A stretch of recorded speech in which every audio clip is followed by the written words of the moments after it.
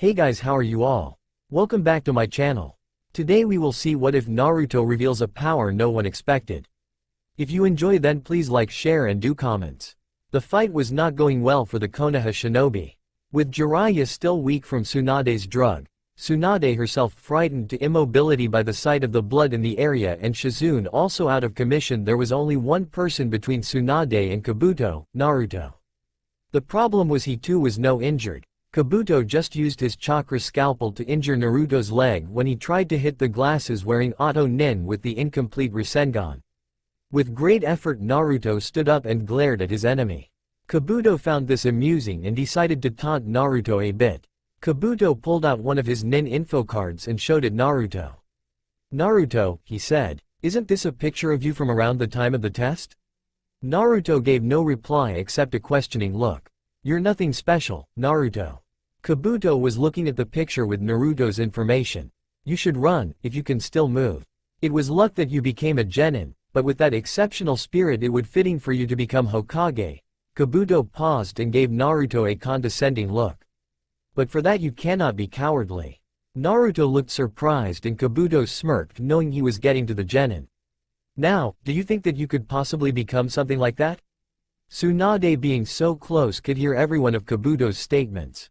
It was reminding her of the argument she and Naruto had just a week prior, with her ridiculing Naruto and saying his dream was foolish.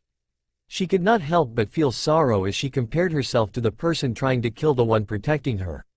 Kabuto's condescending smirk vanished, however, when Naruto's face became one of absolute determination. "You say I'm nothing special and yet you don't know a damn thing about me," Naruto exclaimed. "What's with those eyes?" Kabuto taunted. "They'll get you killed. If you die here you'll never attain your dreams or anything else." "I won't run away. I'll become Hokage," Naruto said. "Then die," Kabuto replied as he charged the injured genin, preparing a fatal blow. To his surprise, Naruto stood his ground even with the bad leg. To Kabuto's further surprise, Naruto began to make hand seals. This surprised him because all his information about Naruto said he could only do two jutsus, Kage Bushin no Jutsu and Kyusho's no Jutsu, and the seals Naruto was doing were longer than either ninjutsu. When Naruto was finished he called out, "Mokudan, Koda Shibaru no Jutsu." Wood element. Branch bind skill. To the amazement of everyone watching the battle, several tree branches suddenly sprouted from the ground and encircled Kabuto, stopping him mid-stride. "What the hell is this?" Kabuto shouted, sharing the thoughts of everyone there, completely stunned, none more so the Tsunade, by this development. "Hey Tsunade Obakin," Naruto said, forming another hand seal, this one much more familiar to everyone watching. "You remember the arrangements of the bet?"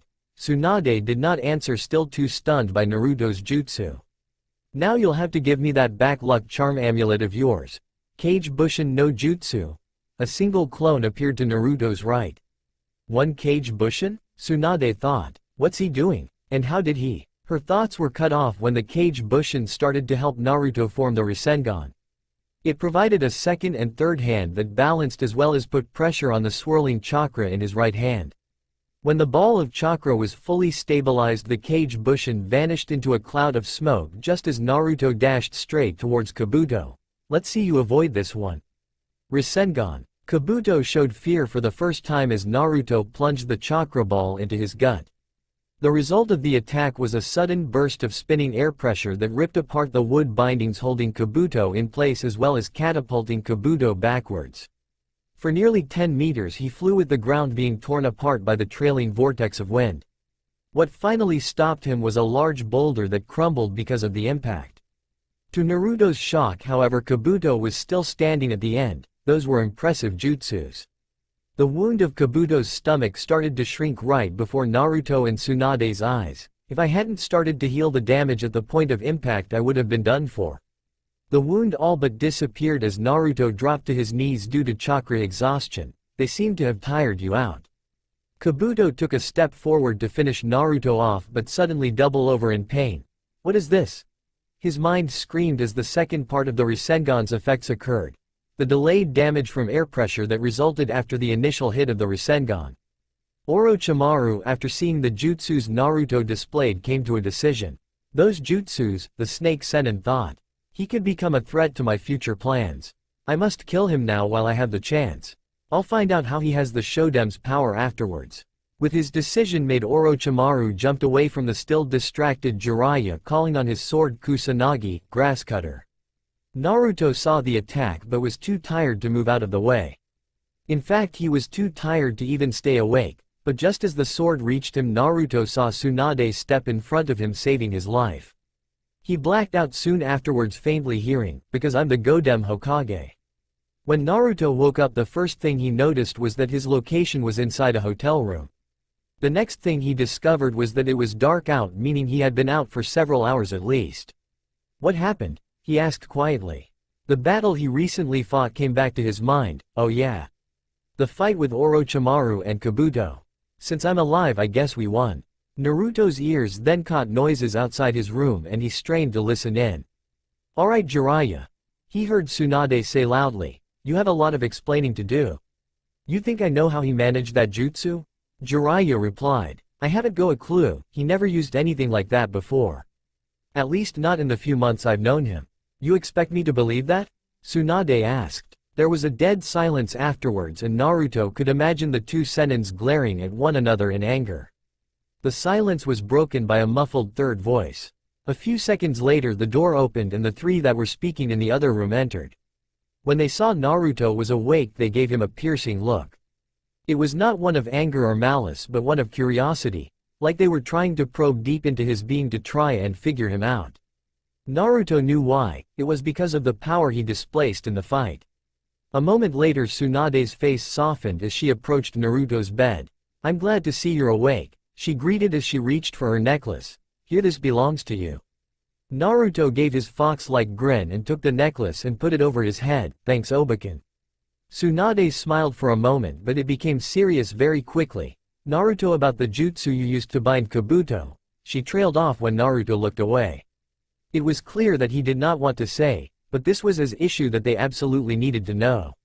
We need to know Naruto, Jiraiya said, beating Tsunade to it. I was first able to call on when I was 5, Naruto began. A young Naruto was alone in the woods trying to call on chakra like the sensei at the academy said. It was one of the first lessons they taught and Naruto, like everything else, was forced to practice alone. He was having great difficulty in the exercise, even more so than others for some reason. The only consolation was that he was not the only one having trouble calling on his chakra, as it was difficult to begin with for children so young. But Naruto had seen others do it and they got high praise for it, and Naruto would do anything for praise. As he continued to try and draw out chakra, he began to notice something about the small trees around him. They seemed to be growing as he concentrated. He stopped trying to call his chakra and the young trees stopped growing. He called on his chakra again and the trees grew a little bit. He was confused and repeated the process several times and his 5-year-old mind could only come up with one conclusion: this is weird. A chuckle from behind Naruto told him he was not alone. When Naruto spun around hoping it was not more people that looked at him with hate, he saw it was the closest person he had to family, Oji-san? Yes Naruto, the Hokage said. And what you're doing isn't weird, just a little unexpected. Did I do something wrong? The 5-year-old asked innocently. He was always getting yelled at for doing something wrong he did not know about. No, come with me, I need to tell you some things, the Sandaime said. We talked in his office and he told me it was something I got from my mother, Naruto said. He told me to keep it a secret because people would want to hurt me because of it. Never told me why, though I figured it was why people hated me, so I agreed. He gave a sad smile at the memory because it brought up the fresh scars of the old Hokage's recent death. 4 years later in history class 1 learned about the Shoden's ability to control wood. I asked him about it and he said I had the same power and that people might try and kill me to get it. After that he let me read a couple of the Shoden's scrolls and I learned some of his jutsus. I still kept it a secret to this day. Did Sarutobi-sensei tell you your mother's name? Tsunade asked. Ji-san said her name was Doshibori Minako, Naruto answered. Said he had to change my family name to keep me safe. When he was done the Sennin gave each other looks saying they needed to talk some more away from Naruto, mostly to decide how to tell him the rest where the Sandaime left off. Get some more rest Naruto, Tsunade instructed. We'll be leaving early tomorrow to head back to Konoha. But I'm not tired, Naruto tried to say, but his yawn at the end indicated otherwise, much to the amusement of the others in the room. Okay, so I guess I am a little tired, Naruto relented. Just don't let Ero-Sennin make us late when we leave tomorrow because he's too tired after getting slapped from girls all night. Don't call me that brat. Jiraiya yelled. And I never get slapped by girls. Why, in fact they flock to my side because of rugged good looks. He then took a thoughtful pose for a second before a perverted smirk appeared on his lips. Although that can be kind of foo.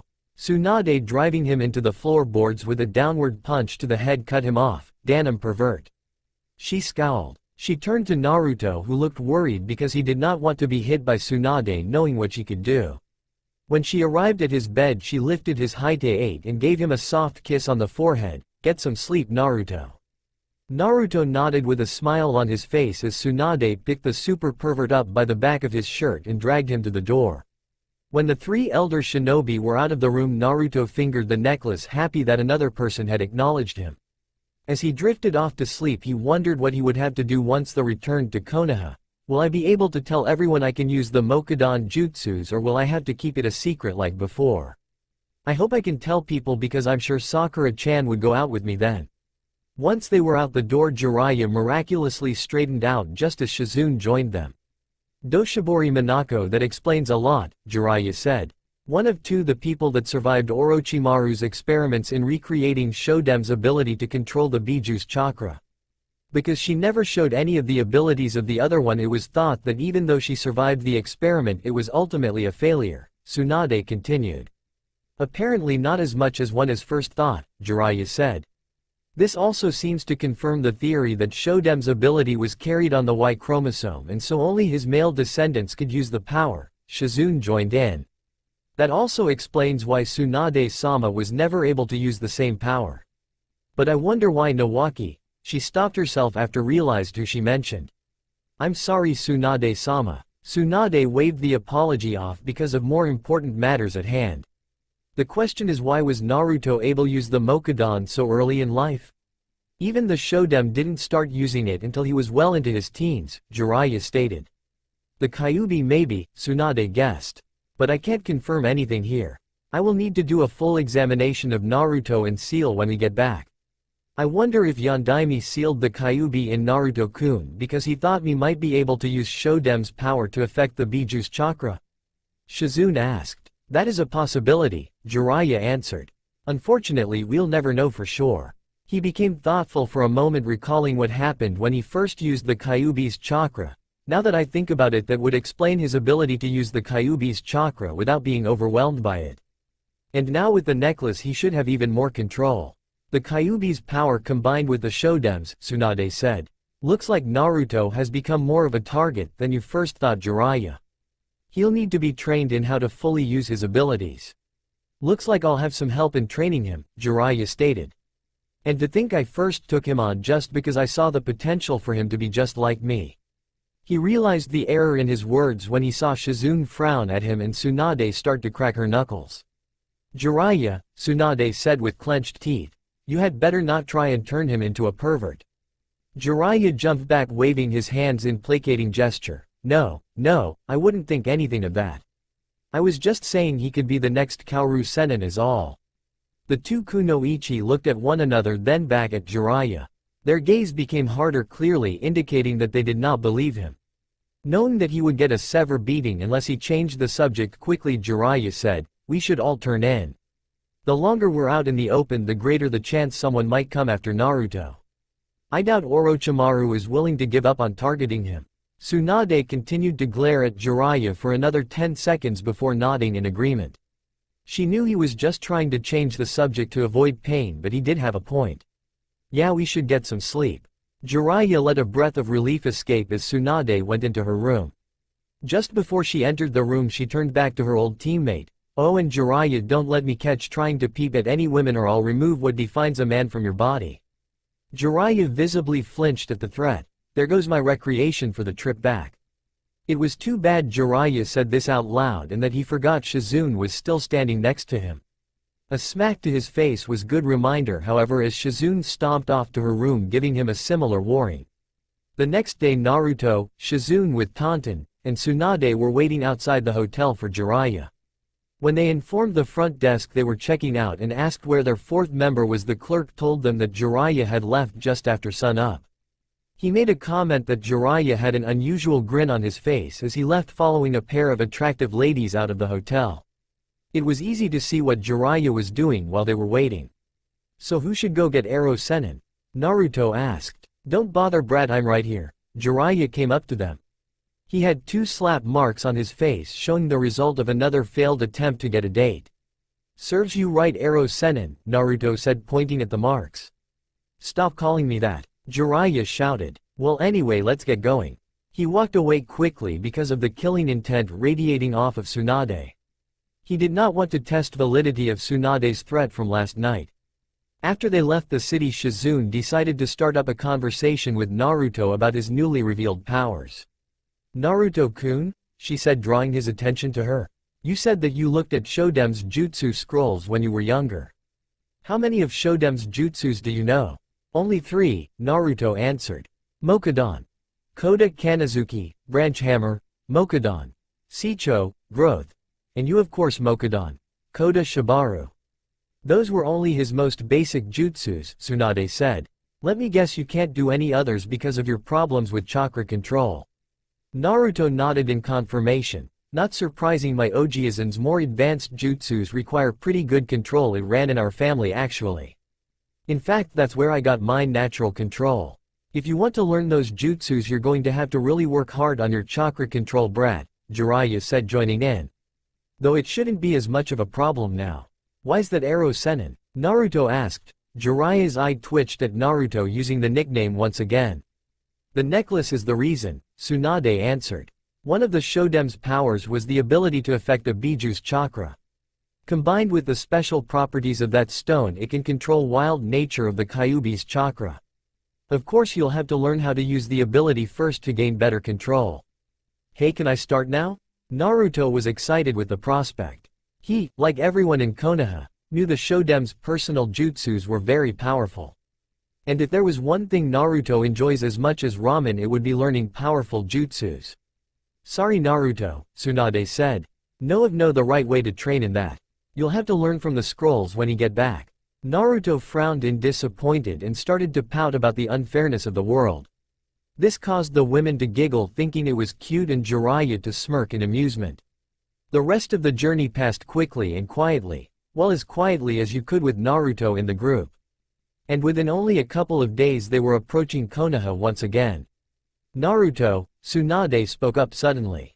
"For now do not show anyone that you can use Mokudan jutsus." Naruto frowned. He was hopping to show Sakura and Sasuke, after Tsunade healed him, that is, his hidden powers. "After everything gets settled, we'll set up a training schedule so that you can learn more of the Shodem's jutsus." "Okay Tsunade Obaken," Naruto replied, causing Tsunade's eye to twitch. The trio of adults had learned on their journey that Naruto had a tendency to give the people he cared about nicknames on how he saw them forming a surrogate family. Shizune, an older sister, Haruka the teacher, Tsunade an aunt, Jiraiya the perverted uncle that no one talks about, and so on. In a way it was rather endearing, but in other ways it was rather irritating. Tsunade did like to be called old, and Jiraiya did not like to be called a pervert in public because of the beatings women would give him. So they tolerated the nicknames even though they did not like them. At Konoha Hospital, a certain pink-haired genin was paying her daily visit to her hospitalized crush. She had come to see Sasuke every day since Guy-sensei brought him back. When she asked what happened, Guy gave a brief explanation and assured her that Naruto and a new sensei of his were bringing back someone that could not only heal her teammates but also his student Lee. She was happy for the news that help would arrive, but as the days turned into weeks she became depressed, wondering how long it would take. Just as she finished replacing her flower and throwing Inos away, she heard a commotion outside the door. When the door opened, she was surprised to see the familiar orange-clad genin dragging some woman through the door. "He's this way, hurry up and heal him." "Naruto, stop bothering that poor woman," Sakura chastised. Naruto turned to Sakura with a smile on his face. "Hey Sakura-chan, you can stop worrying." He gestured to Tsunade. "She's a great doctor, she'll fix him and Kakashi-sensei up in no time." Tsunade walked over to the comatose Uchiha and placed a green glowing hand on his head. Turning to the perplexed Sakura, she smiled. "He'll be alright now." She then removed her hand, and no sooner than she did than Sasuke's eyes opened. "Sasuke-kun," Sakura cried as she lunged at Sasuke, embracing him in a powerful hug. Naruto observed the interplay between his crush and hers with sad eyes. Quietly he stepped out of the room, not wanting to get in the way. Tsunade watched Naruto as he left. "Looks like Naruto is more sensitive than I thought," she said silently. Once she was out in the hall, Naruto was back to his usual self and began dragging her to heal Kakashi. When they arrived, Tsunade immediately revived the son of the White Fang, but not without saying, "Two people did this to you, some genius." Naruto, seeing his sensei recovered, decided to leave and visit his team. As he left, Tsunade spoke up, "And remember Naruto, don't tell anyone." Naruto stopped and gave a nod before leaving. After his loudest student left, Kakashi asked, "What was that about Tsunade-sama?" "Some new developments about Naruto have come into light recently that you need to be aware of," Tsunade answered. Kakashi could only sit up in his seat in confusion, wondering if anything bad happened to his student while he was out of the village. 3 days had passed since Naruto brought Tsunade back to Konoha to be the Godem Hokage. In that time she had been extremely busy. First she had to inform Kakashi about Naruto's hidden abilities. Then she had to break the news to Guy that his student Rock Lee may never be a shinobi again. She had to arrange training for Naruto from the one person that could help, and finally she had to oversee the results of the recent Chunin exam. All in all, she was already starting to regret taking the position of Hokage. Currently she was talking with the judges of the final part of the Chunin exam, reviewing their decision for who was to get promoted. "I agree with the promotion of Nara Shikamaru," Tsunade said. "But what I am most interested in is the actions of certain genin during the actual invasion. Because it was technically a time of war, a field promotion can be given." "You are referring to the genins that chased after Sabaku no Gaara and his teammates, correct?" one of the Chunin asked. Not counting Nara Shikamaru, there were 4 genins that followed the trio: Uchiha Sasuke, Haruno Sakura, Uzumaki Naruto, and Aburame Shino. Yes, I know the result of the fights," Tsunade said. Naruto had described in detail what had happened during his fight with Gaara. At first she thought he was exaggerating, as he seemed to have a tendency to do, but Jiraiya had confirmed Naruto's telling from listening to one of his summons. Apparently Gamabunta and his son Gamakichi were telling stories about their latest summoner and the battle with the Shukaku. "What I wish to know is, do you think any one of them deserved the rank of Chunin?" From what his fellow genin said about Aburame Shino, he would be the only one that should get a promotion from that fight, the Chunin said. "Unfortunately, because no Chunin or Junin witnessed his battle with Sabaku no Kankuro, we cannot give him the rank of Chunin. The regulations state that in a field promotion at least one Chunin or Junin must be a witness." Tsunade sighed. The Chunin was right about the regulations, so she had no choice to deny Shino's promotion, even if Konoha could use another Chunin. "Alright, it's agreed. Only Nara Shikamaru will receive the promotion to Chunin."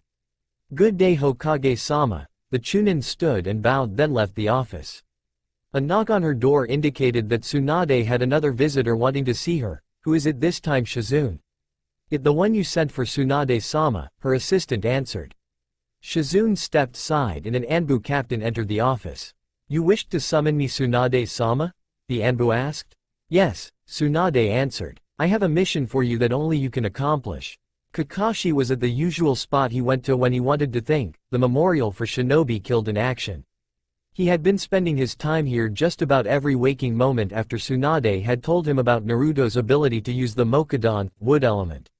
It was news that caught him totally by surprise, never imagining his loudest student had such a powerful bloodline. He was not really sure if he could call it a bloodline limit, but it was the only thing he could come up with at the moment. In reality, Naruto's ability to use wood was similar to his ability to use the Sharingan. It was a part of him, but the ultimate source was artificial. The real problem was he had no idea how to approach Naruto with this.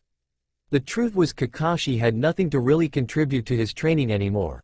Only one person could really help Naruto with learning the Shodem's jutsus, and Jiraiya had already taken Naruto under his wing. The report about the fight between Gaara and Naruto was proof that Naruto had grown much farther than he would have if Kakashi had trained him. Imagine a genin being able to summon a boss summon in order to fight the equivalent of another. The news came as a slap in the face over the inadequacies he had as a sensei when the student he taught personally failed and the one he brushed aside succeeded. He looked up at the Hokage monument focusing on the fourth face. So what do I do, no sensei? You always seemed to have the right answers when we were stuck on something. For now you can either move over or actually go on that mission you received an hour ago, a female voice said. A woman in an Anbu uniform came up to the memorial. Yagao, Kakashi greeted. You've been spending a lot of time here. The same can be said about you, Kakashi, Yagao returned. I'm only here to pay my respects to a departed friend. I come to pay my respects to the past, not hide from the present and future. Without another word she walked up to the memorial and said a small prayer in silence, then left, but not before saying, you really should get on that mission. I hear that the new Hokage has quite a temper when it comes to lateness, and then there is her open dislike for your favorite book.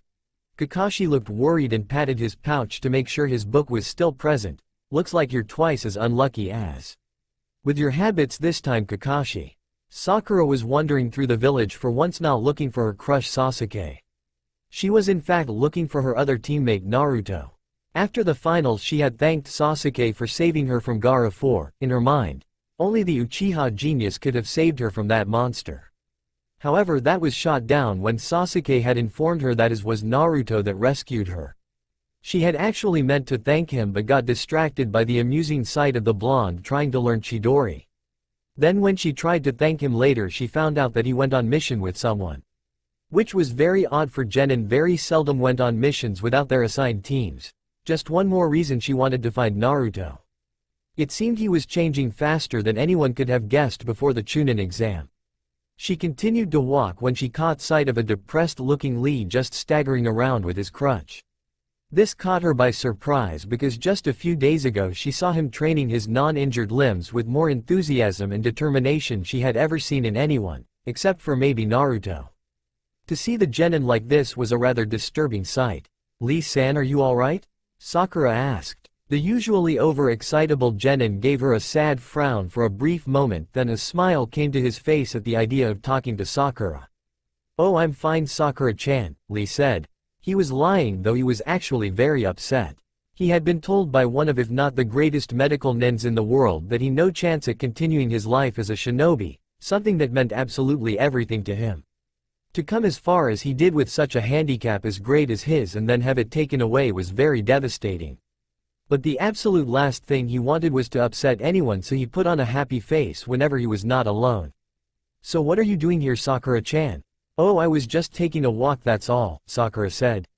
I guess I can tell Naruto thank you later. Lee looks like he could use a friend. It was rather odd thing about Sakura, she could see behind false fronts rather well in everyone else but her team. She could tell that Lee was feeling down and thought she could bring his spirits up. Care to join me? Lee actually liked that idea. H had never been one that would wallow in self-pity, and taking a walk with her would at least distract him from his problems for a little while. I would love to, Sakura-chan. Sakura actually gave him a small smile as she could tell she had genially cheered him up. Naruto was off in the forest practicing the Mokudan, Seicho, growth. This was actually the base for all of the Shodem's jutsu, and consent practice helped in learning all the other jutsus. Thus he was constantly practicing this jutsu in preparation for his new training in the rest of Shodem's jutsus. Mokudan. Seicho was a jutsu that did just what is said. It stimulated the growth of the plants around the person using the jutsu. In this case, a tree that was about 5 meters high. While it was not all that impressive compared to the rest of the trees in and around Konoha, it was impressive in that it was just over a year old. Naruto had planted and growing this tree with the jutsu for nearly a year now. He stepped back from the tree and inspected its growth. Hey, not bad, Naruto said. All this extra training and chakra control is really paying off. He then grabbed the pendant that Tsunade gave him on the return trip. I wonder if this has anything to do with it. Obake was right, my control has gotten better since I put it on. After taking a look at the tree, satisfied with the results, he decided to change his training tactics.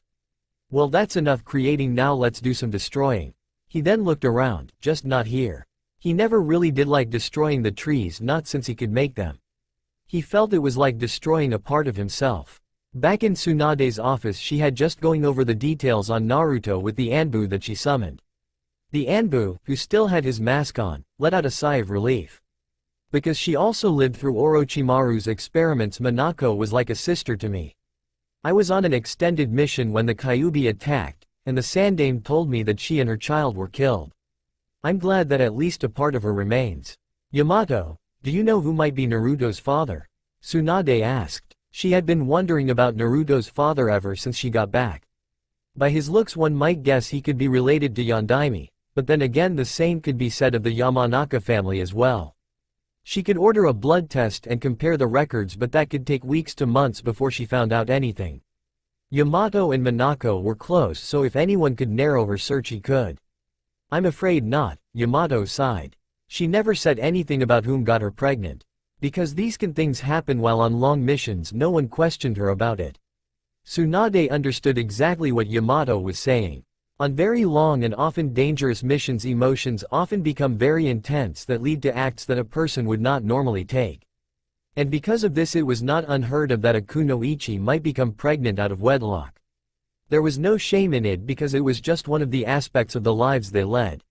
What surprises me is that Sandaime never told me about Naruto. I wonder what his motivation for keeping the information a secret was. Sarutobi-sensei never did anything without his reasons, Tsunade said. I'll probably be looking through his private journals for the next few weeks. There are a lot of questions that have come up and very few answers. She glanced at the clock, noting it was getting late in the afternoon and she still had other important tasks that needed to be done. You should tell your squad that you'll be on temporary reassignment for the next couple of months. Also have the Anbu commander replace your position in the squad. I have to get some more work done. You mean trying to find a way to help that kid Rock Lee? Yamato asked. He did not need to hear an answer. Tsunade's pause was enough of a confirmation. I hope you can help him. I've seen him training every now and then. He has the drive to become great. It would be a shame to lose him. Jiraiya was once again doing what he did best. Gathering information. Whether it was inspiration for his new book or checking on various threats to Konoha, there was no one better. Right now he was looking for information on his new book, meaning he was peeping into the female side of the hot springs, again. The problem that often got Jiraiya in trouble was that when he was watching gorgeous women take a soak his normally alert senses became severely dulled. And just as his luck would have it, a woman with a bust almost the size of Tsunade's just walked into the spring. This was bad because someone, a certain blonde genin that had a reputation for being very loud, just happened walked by and heard Jiraiya's perverted giggle as he thought of his new scene for Icha Icha Paradise Volume 4. Said blonde was wondering where the giggle was coming from and soon found the source. What the hell do you think you're doing, you pervert? Jiraiya froze while the women in the spring screamed at the yell. Normally he would have turned and punished someone for interrupting his data gathering like he did with Ebisu when he first met Naruto. This time he was panicking because he knew the source of the voice. Well, not the individual person but the general source in terms of gender. Turning ever so slowly his eyes confirmed what his ears already told his brain. A girl with blonde hair and bluish-green eyes about Naruto's age was standing there looking very angry while reaching into a kunai in order to give Jiraiya a new orifice in his body. Well, you see, Jiraiya tried to explain, but he cut short when several other females that heard the shout about a pervert soon joined the girl. Jiraiya knew it was time to make a very fast exit right then. After 10 minutes of hard chasing after some white-haired pervert, Yamanaka Ino was becoming very tired. She was the only shinobi in the group of women, so at this point she was the only one still in the chase. And with the adrenaline fueled by her anger wearing off, she was becoming fatigued quickly. After the pervert she was chasing made another disappearing act and she lost sight of him, Ino decided to stop and catch her breath. Much of her anger was still enough to want to find and punish the pervert, but not enough to ignore the burning in her legs. Damn, I need to train more. She fumed. I can't even catch one old pervert, no wonder I didn't before, head girl. Rasengan. A yell from close by followed by a very loud explosion interrupted Ino's thoughts. What the hell was that? She asked, surprised. Being a kunoichi, it was her duty to investigate disturbances in and around Konoha if she came across one, especially with the recent Suna and Otto invasion. As a genin, all she had to do was find the general location of the disturbance and tell a higher-ranked shinobi. However, the explosion was not building her confidence level at all. Damn it! A familiar shout came from the direction of the explosion and previous shout. I still can't do it one-handed. That sounds like Naruto, Ino thought. What's he doing out here? When Ino had paused in her pursuit of the white-haired pervert, she had taken note of just where she was. She found herself at the edge of where one of the forest training grounds end and one of the rocky ones began. It was very far from Team 7's normal training ground, so to hear Naruto's voice was very surprising. No longer worried about the danger of facing an enemy, she decided to see what was going on. When she came on of the tree line, she found a rocky area littered with craters with Naruto laying down next to one covered in bits of rock. Okay, one more time, Naruto said. Ino watched curiously as Naruto held out his hand palm up, seeming to concentrate on it. Another couple of seconds she was surprised when a swirling mass of chakra formed in his hand. Could he be trying to learn what Sasuke-kun did during the Chunin exam? Ino thought. Before the Chunin exam, Ino would have never thought Naruto could perform such a powerful jutsu. After witnessing his defeat of Hyuga Neji, she was willing to give him the benefit of the doubt. Asuma-sensei did say it was a jutsu made on almost pure chakra, she muttered. Now what did call it? She thought for a second. Oh yeah, he called it Chidori. Is Naruto trying to learn Chidori? The chakra in Naruto's hand formed into a rough sphere shape just before he dashed towards a boulder that was as of yet undamaged. When he was close enough, he thrust the ball of chakra into the boulder. Rasengan. The result was another explosion with Naruto flying back with pebbles hitting all over his body. After lying there panting, Naruto said, "Still not right." Rasengan? Ino whispered. Guess he's not learning Chidori. Now that she thought about it, there were significant differences in what Sasuke did and what Naruto was doing. The Chidori tended to arc like electricity. Naruto's Rasengan looked like a swirling ball of wind. Wanting to find out what he was doing, Ino moved closer to the still-downed boy. Hey Naruto, was what that you just did? Huh? Oh hi, that was my newest jutsu, Naruto answered. And it's way better than Sasuke Tomi's Chidori. Not liking Sasuke being called names, Ino's anger rose. Don't call Sasuke-kun that. And besides, this jutsu doesn't look all that impressive to me. It looks like it blew you up more than the boulder. That's just because I'm doing it one-handed. Naruto countered. Yeah right, I bet you would blow yourself up even more if you used both hands, Ino retorted. Naruto frowned because Ino was actually right in that. Without his Kage Bushin, shadow clone, to back up his own hand, he could not get enough pressure to hold the sphere. With just one hand he had just enough pressure that would result in an increase the backlash of the jutsu. On the plus side for Naruto, he learned all he needed was a Kage Bushin to perform the jutsu, freeing up one hand to block an incoming attack. Right now he was working on performing Rasengan without any aid, so it would be the proper version he saw Jiraiya do. I'll show you, Naruto said, jumping to his feet. He liked showing off and hated to be told what he should and not be able to do. Now he had a chance to show off and prove someone's conception about him wrong, two of his favorite things in the world. Kage Bushin no Jutsu. I've seen this one, Ino smirked. Shut up and watch, Naruto yelled as his clone worked to stabilize the forming ball. After only a kid of moments, the ball completely formed and Naruto dashed off to another boulder.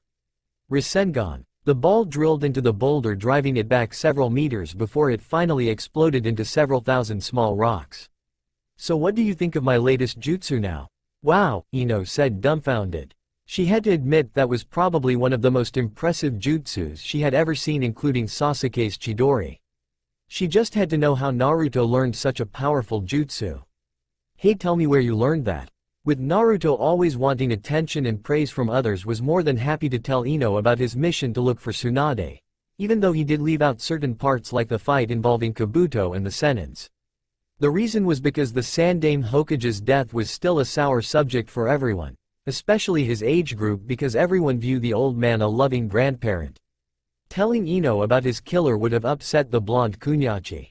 And so I won the bet and Tsunade Bakken had to give me this, Naruto said, holding up the necklace. After inspecting the necklace and determining that it had to be worth a fortune, she bopped Naruto on the head. You shouldn't talk about Hokage-sama like that. Ino berated. And I can't believe you learned from such a blatant pervert. Naruto had not pulled any punches when describing Jiraiya. Also from Naruto's description of his, she determined that Jiraiya was the old man she was chasing after just before she found Naruto. You said he helped train you for the finals. What did this Jiraiya teach you then? Well, first he taught to walk on water and then he taught me Kachiyose no Jutsu, summoning. Naruto answered. Again she was impressed. Water walking was actually an upper genin low chunin chakra control exercise, and learning how to summon properly was rather difficult because it required a lot of power and pretty precise control. Who would have ever thought Naruto would become so strong? Ino thought. So what do you summon? I summon toads. Naruto said proudly. Ew, I hate toad. Ino complained. Naruto looked indignant at Ino's reaction. I'll have you know the Yondaime Hokage summoned toads as well, Naruto said. And because he came up with Rasengan you can say I'm just like him. I seriously doubt you're like the strongest Hokage there's been. Ino said at the proclamation. I will give you this, you've grown a lot more than I think you would have. Naruto would have frowned at jab about him not being like the Yondaime, but Ino had acknowledged the fact that he had become strong and that was good enough for him. A growl of his stomach changed the subject of the conversation. Rubbing the back of his head with a fox-like smile he said, guess it's time to eat. Want to come to Ichiruka with me? Naruto always liked inviting his friends to his favorite restaurant and Ino had just become his newest friend. Ino would have declined if her stomach had not joined Naruto's after the invitation. With a slight blush from embarrassment she said, I guess I'm hungry too, so sure. Tsunade had been working non-stop to raise the chances of Lee surviving the operation needed to restore him to full health. What she had in mind was inspired from what she observed Kabuto was able to do in his fight against Naruto. The way Kabuto used his chakra to regenerate his cells in a focused area was very impressive. If she could duplicate the effect, she could raise Lee's survival enough to where it would be worth the risk of the operation. After nearly 3 days of constant research she formulated a plan to accomplish just that. Now all she had to do was inform Lee and Guy. She found the pair at the top of the Hokage monument looking over the village. She could see the pair were depressed. She could not help but feel better that the news she was about to give them would cheer them up. Guy, Lee, I some important news I must inform you of, she spoke with a serious voice. And what would that be, Tsunade-sama? Guy asked. His tone was guarded. He was afraid that Tsunade would remove Lee's status as a shinobi for medical reasons. It was a valid reason and Tsunade was the best to make that determination. Still he knew that it would probably kill Lee if he was forced to give up his dream. I have been doing research on your injuries, Lee, Tsunade said. I have found a way to increase the chances of your survival to 50%. It is enough that I am willing to risk the operation, but it must be your decision. Tsunade inwardly smiled at the silence of the pair. There were very few situations that could silence them. Tsunade-sama, do you mean you can cure Lee? Guy asked, his voice low with disbelief, yet holding high hopes at the same time. A 50% chance of curing him, Tsunade repeated. The risk is still great, but I am willing to perform the operation if you are willing to endure it. Lee came out of his shock and with a quiet voice he spoke. My whole life I wanted to prove that I could be strong without ninjutsu or genjutsu. To prove everyone that looked down on me wrong was my dream, it meant everything to me. His voice rose and was filled with determination. I want the operation, and I will prove to everyone that you can be a great shinobi with just taijutsu. Yash, you're like the phoenix, your youthful flames shall raise once again and burn even brighter. Guy exclaimed. Guy-sensei. Lee. The odd Junin and Genin descended into their normal display of affection that would normally cause a person to be very creeped out. But this time it was a sign that they were once again back at their normally overly jubilant selves. The current generation is strong, sensei, Tsunade thought. I think they could be the strongest Konoha has had in a long time. In the forest training ground where Naruto had his tree, he was meeting with his newest sensei, Yamato. Naruto met the man yesterday and for both it was a rather awkward meeting. Yamato was unsure how to approach the only child of his fellow survivor and Naruto was unsure how to react to Yamato's staring. Yamato spent 5 minutes just silently watching the genin, trying to see anything recognizable in his features. Naruto, not used to having someone look at him like Yamato did, waited silently. He had no idea how to react to this look. Hate he knew to ignore, disappointment he knew to push harder, disregard he knew to yell at, but silent curiosity he had no idea.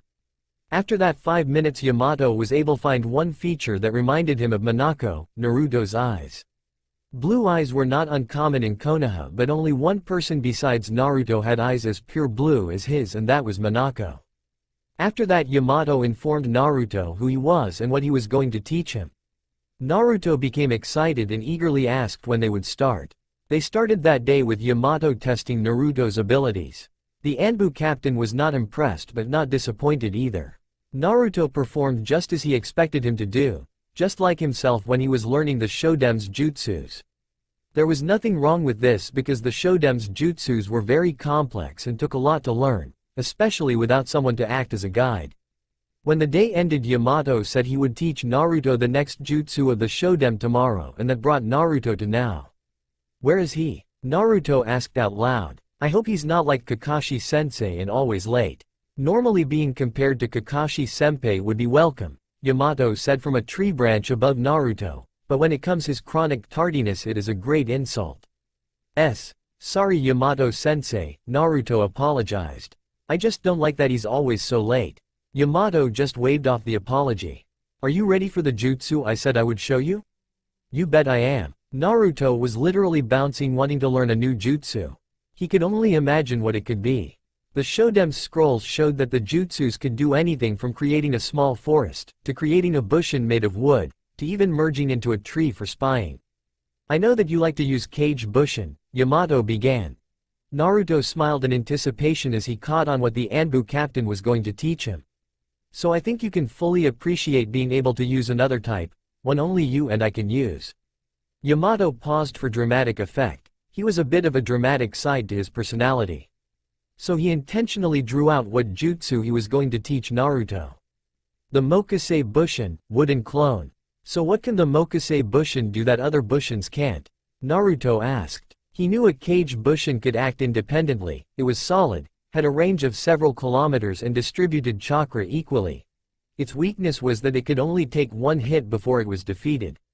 A Mizu Bushin, water clone, was solid as well, could take a few blows before being defeated, and were easy to make as long as there was plenty of water around. Its weakness was they were 1/10 the original strength and limited range. A regular Bushin was just an illusion, nothing more. The Mizuko Bushin is made of wood and needs a supply of wood nearby to form. You can only form a handful regardless of how much chakra you use, Yamato lectured. Those are its primary weaknesses. Its strength is that it is very difficult to defeat and destroy, has the same range and independence of a Kage Bushin and can perform limited Mokudan, wood-type, jutsus itself. Cool, Naruto exclaimed. Come show me. Alright, calm down, Yamato said. Watch closely. The hand seals are, Tora, tiger, Inu, dog. Ryu, dragon, Tora, Tori, bird. Mokase Bushin no Jutsu. From a large tree nearby a human form slowly emerged from the trunk. It quickly took the shape of Yamato and then the color changed to match Yamato's appearance preciously. Now you try. Naruto nodded and performed the hand seals, Mokase Bushin no Jutsu. A leg and arm started to appear out of another tree, but after they passed the knee and elbow the two limbs stopped forming, started to decay and fell away from the tree like a dead branch. This is going to take a while, Yamato said with a sweat drop on the back of his head. At Konoha Hospital, Sakura was once again paying a visit to Sasuke, who was still recovering. As she approached the room she saw Ino coming out of a room down the hall. Knowing that was not Sasuke's room, she wondered what Ino was doing in there. Ino, pig, what are you doing here? Well, forehead girl, I came to visit Choji and Sasuke-kun, Ino answered. Choji? Sakura asked. Was he injured during training or something? No, nothing like that. Ino waved off Sakura's concern. He just ate too much again. She let out a sigh at the last part because no matter what she was sure Choji would be here again for the same reason. Deciding to change the subject, Ino asked, so has Naruto shown you his new jutsu yet? New jutsu? Sakura asked. Oh, you mean his summon? Yeah, he showed me. Not really all that impressive. All he did was summon this obnoxious red toad that could only weigh a couple of kilos. Sakura shuddered at the thought of the toad. She never really liked them. Oh no, I don't mean that, I mean the one he learned when he left the village a few months ago, Ino corrected. No, he hasn't, Sakura admitted. Truth be told, she had seen the other male member of Team 7 in days, Not since Sasuke was healed by Tsunade. Just how did you find out that he had a new jutsu? I saw him practicing it, Ino answered. You should see it, it's really powerful. Inside his room Sasuke was overhearing the conversation from the two girls. His attention was epically caught when Ino mentioned Naruto having a new powerful jutsu. How can Naruto keep getting so strong? Sasuke thought. The memory of the fight against Gaara and the insane amount of power Naruto displayed came to the forefront. And now he appears to have another powerful jutsu. He clenched his fist in anger at the thought of Naruto being stronger than he was. I have to be stronger. Back in the forest Naruto was panting as he leaned against the tree. He had been working like a man possessed to learn the jutsu. All around him there were pieces of rotted wood laid about from his unsuccessful attempts. Yamato had to admit he was impressed by the boy's determination to learn the jutsu. Most would have become frustrated and given up after so many failures. Naruto just seemed to push himself more every time he messed up. That's enough for now Naruto, your chakra is too low to use the jutsu, Yamato said. I see, can still, go on, Naruto panted. He did the hand seals once again. Only this time instead of feeling his chakra pass through his body he felt the Kyuubi's. Mokase Bushin no Jutsu. Yamato felt the Kyuubi's chakra flow just before called out the jutsu. He was ready to intervene in case the chakra overwhelmed him, but that never happened. Instead he saw two pairs of arms and legs come out of one of the larger trees in the area. Soon two torsos emerged followed by two heads that looked like Naruto. The colors changed and two exact duplicates of Naruto were standing in front of Yamato. Well done Naruto, Yamato. Yes, I did it, one of the Mokase Bushin said. No you didn't, I did. The original Naruto did. I thought I did it, the second Mokase said. Yamato developed a sweat drop as Naruto and the duplicates started to get into an argument about which was the real one and did the jutsu. Naruto, Yamato called. Yes sensei, the three answered. Why don't you dismiss the Bushins and that should solve the disagreement, Yamato instructed. Naruto complied and the two Bushins decayed like old branches and broke apart. I think this is enough for a while. Later this week after you've had a chance to rest I'll show you the next jutsu that will grow a tree to the right size for the Bushins. It's actually a combination jutsu of the Seicho and the Mokase Bushin. It will grow a tree that will immediately turn into the Bushin. It requires a lot more control so you'll have to work on that. But practicing the Seicho jutsu will help that, so keep at it. Thanks Yamato-sensei, I'll see you later. Naruto waved as he ran off. After all that he still has the energy to run off like that? Yamato wondered. Guess that's the stamina Tsunade-sama told me about. He could not help but smile at Naruto's enthusiasm. The next day Naruto was feeling just as energetic as he usually did after a night of rest. He had not seen any of his teammates in the last few days so he headed for the hospital to find them. Walking up to the entrance he spotted Sakura about to enter. Good morning Sakura-chan. Oh hello Naruto, Sakura greeted. She did not yell at him this morning because he was not interrupting her talking to Sasuke and she was trying to be nice to him because he saved her from Gaara. She still had yet to thank him and planned to do it now. What are you doing here? I'm here to see you and Sasuke, Naruto said. I wanted to see how the Teme was doing. Don't call Sasuke-kun that, Sakura yelled.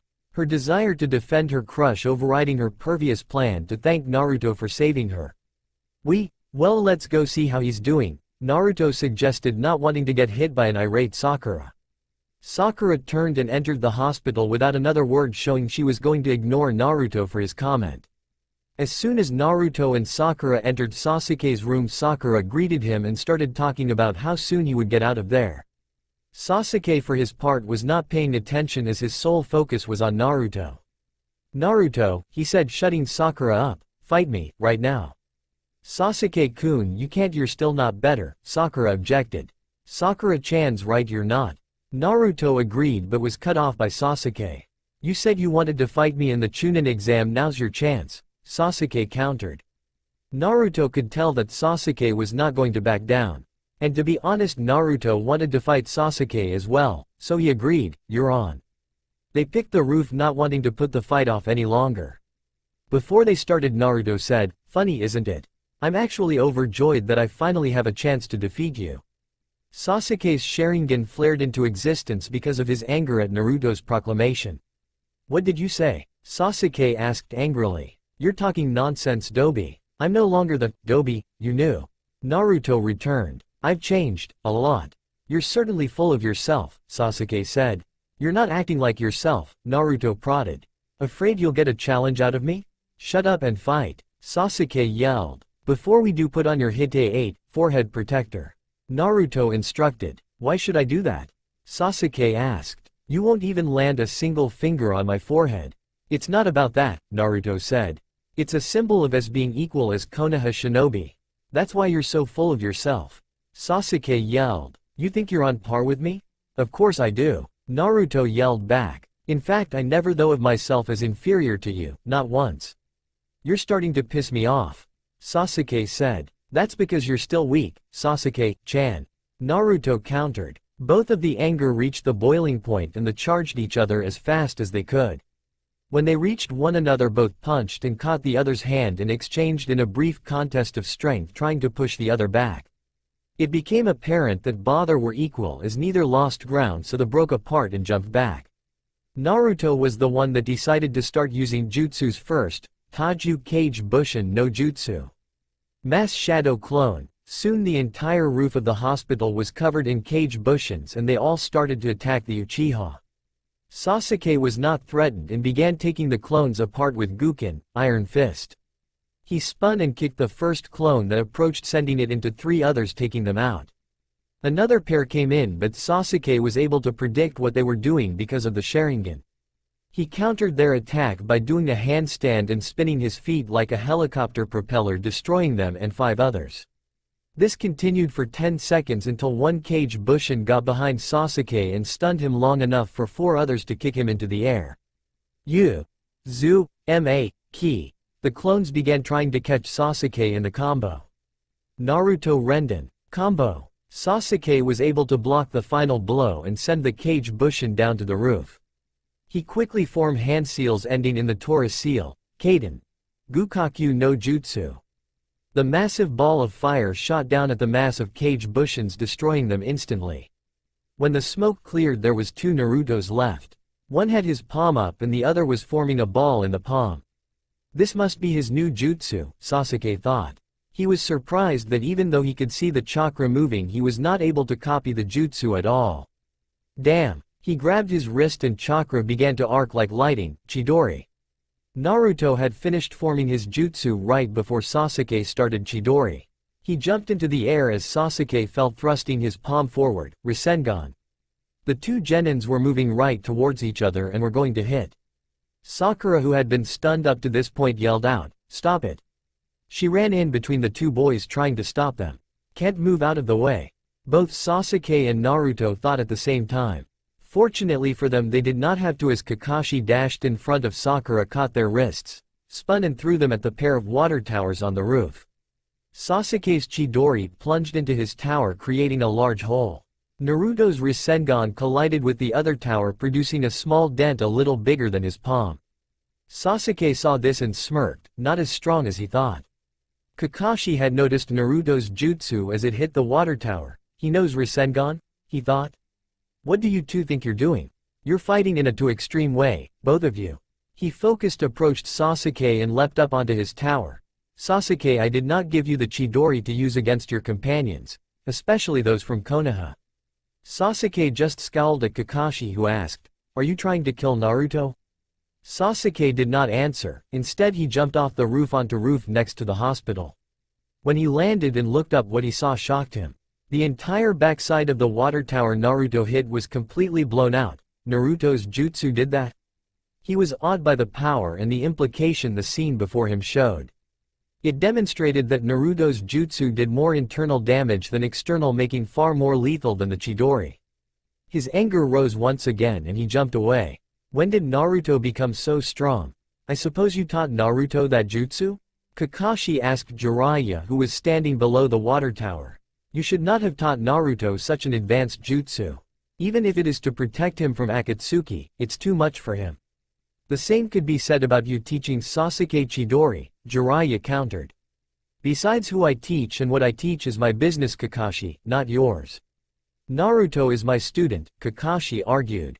Yeah, that's why you got some else to teach him, Jiraiya said sarcastically. He found me after you dumped him on Ebisu and I decided to train him. It's your own fault that he sought another sensei, for not teaching him. Besides what Naruto needs to learn now, you can't teach him and you know it. Kakashi did not like what Jiraiya was saying, but he had no way to argue against either. Everything he said was the cold, honest truth. I have a mission I need to do, Kakashi said, jumping off the tower and landing next to Sakura. Sakura, don't worry, everything will be back to normal now. Sakura whipped her eyes and gave a nod, but on the inside she believed that it could never go back normal now.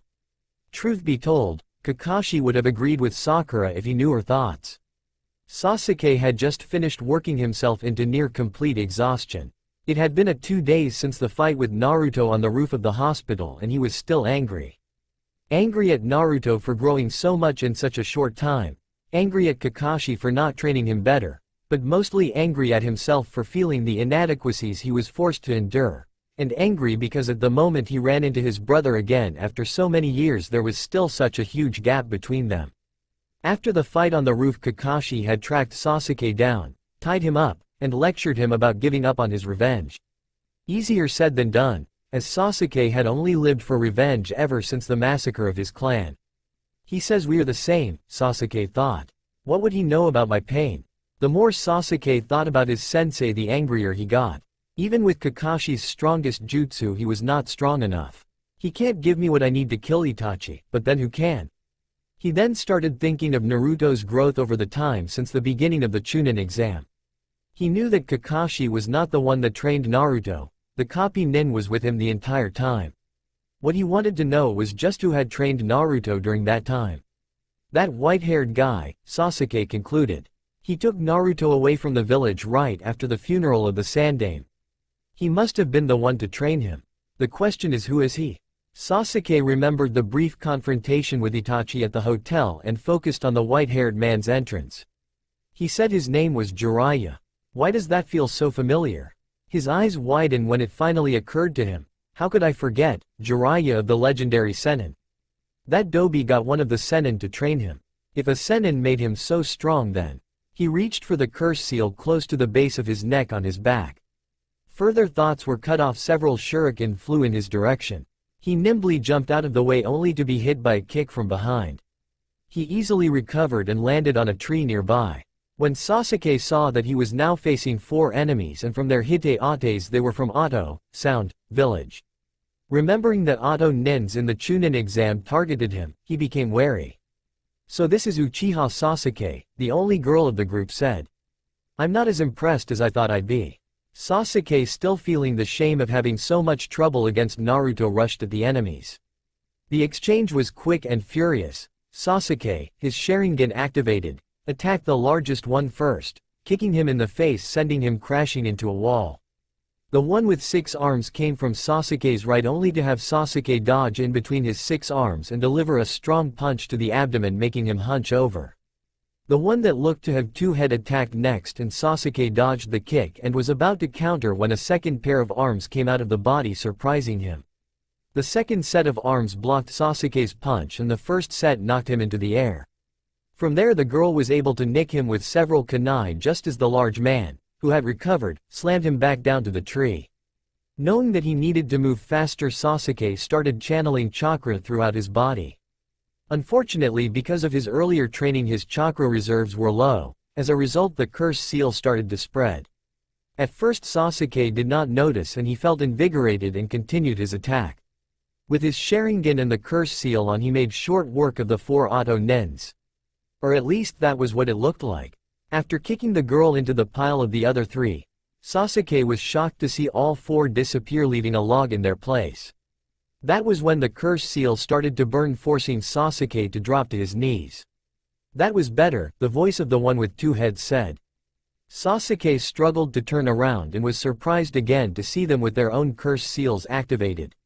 But it appears that unlike us, you don't have control over your curse seal. We can help you with that. Why would you want to help me after attacking me? Sasuke said after he forced the curse seal back. We were sent by Orochimaru-sama to retrieve you, the one with 6 arms answered. You have impressed us, Sasuke-sama. The four then dropped to their knees, showing their submission to Sasuke. We the Auto Four decided that if you proved worthy we would swear our allegiance to you. You showed us your strength and now we pledge ourselves to you, the girl said. We can help you with your curse seal, the two-headed on spoke again. We can upgrade it to level 2 like ours and it will give you great power. That truly caught Sasuke's attention. After we upgrade your curse seal we can take you to Orochimaru-sama and he can give you even greater power. Power, Sasuke thought. That is what I need. Naruto became strong after training under the weakest of the Sennin. I will gain greater power by training under the strongest. At the same time Sasuke was fighting the Auto Four, Naruto was returning from his own training. When he woke up this morning he found a note and small scroll on his table waiting for him. They were from Yamato. The note explained that he had an urgent mission and could not help him with the training like he said he would. Instead he left a jutsu scroll of another jutsu Naruto could learn on his own. It was the advanced version of Seicho, growth, called Seicho Ida, growth of the branches. The note went on to explain that this was the first half of the training for the jutsu that would make a Mokase Bushin, wooden clone, from a plant Naruto produced. The new jutsu provided more wood than Seicho alone could produce, which was fundamental in the Mokase Bushin. Naruto could use the Seicho Ida and then a Mokase Bushin from that. The downside to this tactic was that it used more chakra and took greater time. Still it would work and was useful for Naruto's training. So Naruto spent the entire day working on the jutsu and had only managed to finally master it an hour ago. He felt proud of himself for his latest success and not just because it would make him stronger. He felt proud because he finally felt he was starting to live up the potential that was passed down from his mother. Naruto went over to his bed and pushed it aside. Under it he lifted up a loose floorboard and took out a small strong box. After fishing out a small key from inside a hidden pocket in his pant leg Naruto undid the lock. Inside he took out his most prized possession, a picture of a woman with light brown hair, a pretty face and eyes as blue as his. It was a picture of his mother, the only one he had. It was given to him when he was 7 as a birthday present from the Sandaime. He treasured the only image, the woman that gave him life, that he only brought it out on rare occasion. With a sad smile he spoke, "Are you proud of me, Okazen, mother? Am I living up to what you though I could be? Are you happy for what I've done?" Obviously there was no answer, but to Naruto it still felt like he had received a yes for each question. Naruto spent countless hours pondering what his life would have been like if his mother had lived. He wondered how different his life would be if he had someone to come home to. Someone that would make him feel better when he all the glares and hate forced upon him when he was younger. What kind of person he would be now? There was never an answer to those questions. One thing Naruto never did, however, was to dwell on those questions for long at any one time. He knew better than anyone that a person could not live in the past. Naruto knew one never got anywhere by going backwards, so he pushed on every day of his life. In reality this was what truly separated Naruto from the people he met with painful pasts. Where they would dwell on the pain he would push forward, growing from the experience, pushing and living for the next day. Making him that much stronger than the people like Sasuke, who only lived in the past instead of in the present and for the future. The next day it was early morning when Tsunade received the disturbing news. That 4 Auto Nins attacked a squad of Junin and that Uchiha Sasuke was missing. Knowing that Orochimaru wanted the last Uchiha, she could easily conclude that Sasuke was with them. And if what Sakura had said to Shizune when her assistant found her near Team 7's training ground was true, then he went voluntarily. The major dilemma she now faced was who to send after the Auto Nins. This would be an A-class retrieval mission and it should go a squad of Anbu or Junin. Unfortunately for her there were none available as they were all doing their own missions at this time. Even sending squads of Chunin was not viable because of the state Konoha was in. The option of letting them go was not even considered. Orochimaru must not get his hands of the Sharingan. If he did the consequences would be dire. That left her with only one option, Genin. And the idea left a very foul taste in her mouth. "You wanted to see me, Tsunade-sama?" A very bored voice asked, followed by a large yawn. "Yes, Nara Shikamaru, I have an A-class mission for you," Tsunade said. Her voice was like iron, causing Shikamaru's normally slouched posture to straighten, knowing this was incredibly serious. Not more than 10 minutes later, Shikamaru was standing outside Naruto's apartment waiting for the loudest shinobi in the village to answer the door. Tsunade briefed him on his situation and told him he had 1 hour to gather as many strong genins as possible and set off in pursuit of the Auto Nins. Try and slow them down until backup could arrive and prevent them from leaving Fire Country. The only request she made in the lineup was to get Naruto on the mission. Shikamaru had to question the wisdom, though he kept it to himself, in bring Naruto. He knew Naruto had become very strong. The match against Neji was proof enough, but Naruto was known for making rash decisions. Something that would be a hindrance on this mission. Still, he had his orders and thus found himself waiting outside Naruto's door. After several moments, Naruto groggily opened his door. Shikamaru, what are you doing here? This is so troublesome. Shikamaru sighed. We have a mission. Sasuke was taken by 4 Auto Nins and Tsunade-sama has ordered me to get as many strong genins as I could to go after them. What? Came Naruto's predictable loud reply. Sasuke's gone. Hold on, I'll be right out. He slammed his door shut and several noises of crashes and curses followed. After only 10 seconds, Naruto was back out the door fully clothed with all his supplies ready to do. So who are we taking? Naruto's answer came a few minutes later outside of Choji's house. Here Naruto, help me eat this, Shikamaru said, giving Naruto a bag of chips. Naruto was very confused, but because he skipped breakfast he complied. A few minutes later Choji's door burst open and the plump genin stormed out. I'll never let anyone have the last chip. He snatched the chip from Naruto's hand and proceeded to try and eat it, only to have it snatched out of his hand by a white blur. Who's the dirty thief that stole my chip? Hey, what's going on? Kiba asked as Akamaru ate the stolen chip. After a brief explanation of the mission, Kiba said, "Count me in, can't let Naruto show me up again." He then thought for a minute, we should probably get Shino as well. I thought about getting Shino, but he is on a mission with his Atusan, father. Shikamaru answered, I came for Choji because I know I can work with him. Come up, we don't have much time left.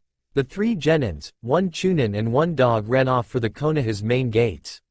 Along the way they ran into another pair of genins, Neji and Lee. Another brief explanation and Neji joined the hunt with Lee declining to go because of his injuries. At the gate they paused for one final check of supplies. This was when Sakura showed up. Naruto, she addressed, her voice cracked in sadness. I couldn't stop Sasuke-kun. Only you can bring him back now. Please bring him back. Don't worry, Sakura-chan, Naruto assured. I'll bring him back, promise of a lifetime. Naruto gave her a thumbs up for emphasis, a pose he copied from Lee and Guy minus the glimmering teeth and crashing waves. Alright, listen up, Shikamaru said. We'll be using a line formation. It's the hardest to maintain, but it will keep us all in close proximity to one another and is the fastest way to travel. The setup will be Kiba and Akamaru in the front. They can track the best and alert us to any traps or ambushes that we may encounter. Next will be me. I'll be in perfect position to hear Kiba's warning and issue orders. Next will be Naruto, with the Kage Bushins, shadow clones. In stamina he is the best to back up wherever it is needed. Next will be Choji. He is the slowest of us but also has the most power, so he'll protect us from behind. And in the last position will be Neji. With the Byakugan he can watch out behind us and warn us in case of a rear attack. After the explanation, Neji and the others were quite impressed. He only had a few seconds to come up with this formation and did it near perfectly. No wonder he was made a Chunin. Now I never really liked Sasuke, Shikamaru said. And quite frankly I find him very troublesome. But he is a fellow Konoha shinobi and that makes him a comrade. We will get him back. The others agreed and soon sped off to retrieve the missing genin. Soon the 5 young shinobi came across a large area filled with traps. The only thing that kept them from being caught was the warning from Akamaru. After a complete scan of the area by Neji's Byakugan, they found that the range of traps was so big that by the time they went around it was a good chance the Auto Nins would be well out of Fire Country by then. So with no other option they entered the trap area, moving at a walking pace in order to avoid the lethal traps. After an hour of walking they finally left the trap field, but not without several close calls. Including a complex 3-layered trap wire that Naruto almost triggered. Thanks to Shikamaru and the Kagemane, Shadow Bind, the trap was not set off. Once they were in the clear, Neji scanned ahead of them with the telescopic aspect of his clan's unique eyes. They are approximately 5 kilometers ahead of us, he informed. They appear to be taking a rest. I do not see, Uchiha thought. The largest one is carrying some kind of barrel, however.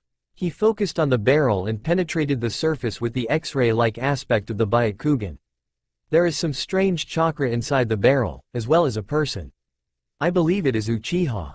Alright, we need to do this carefully, Shikamaru ordered. We have surprise so far and we need to keep it.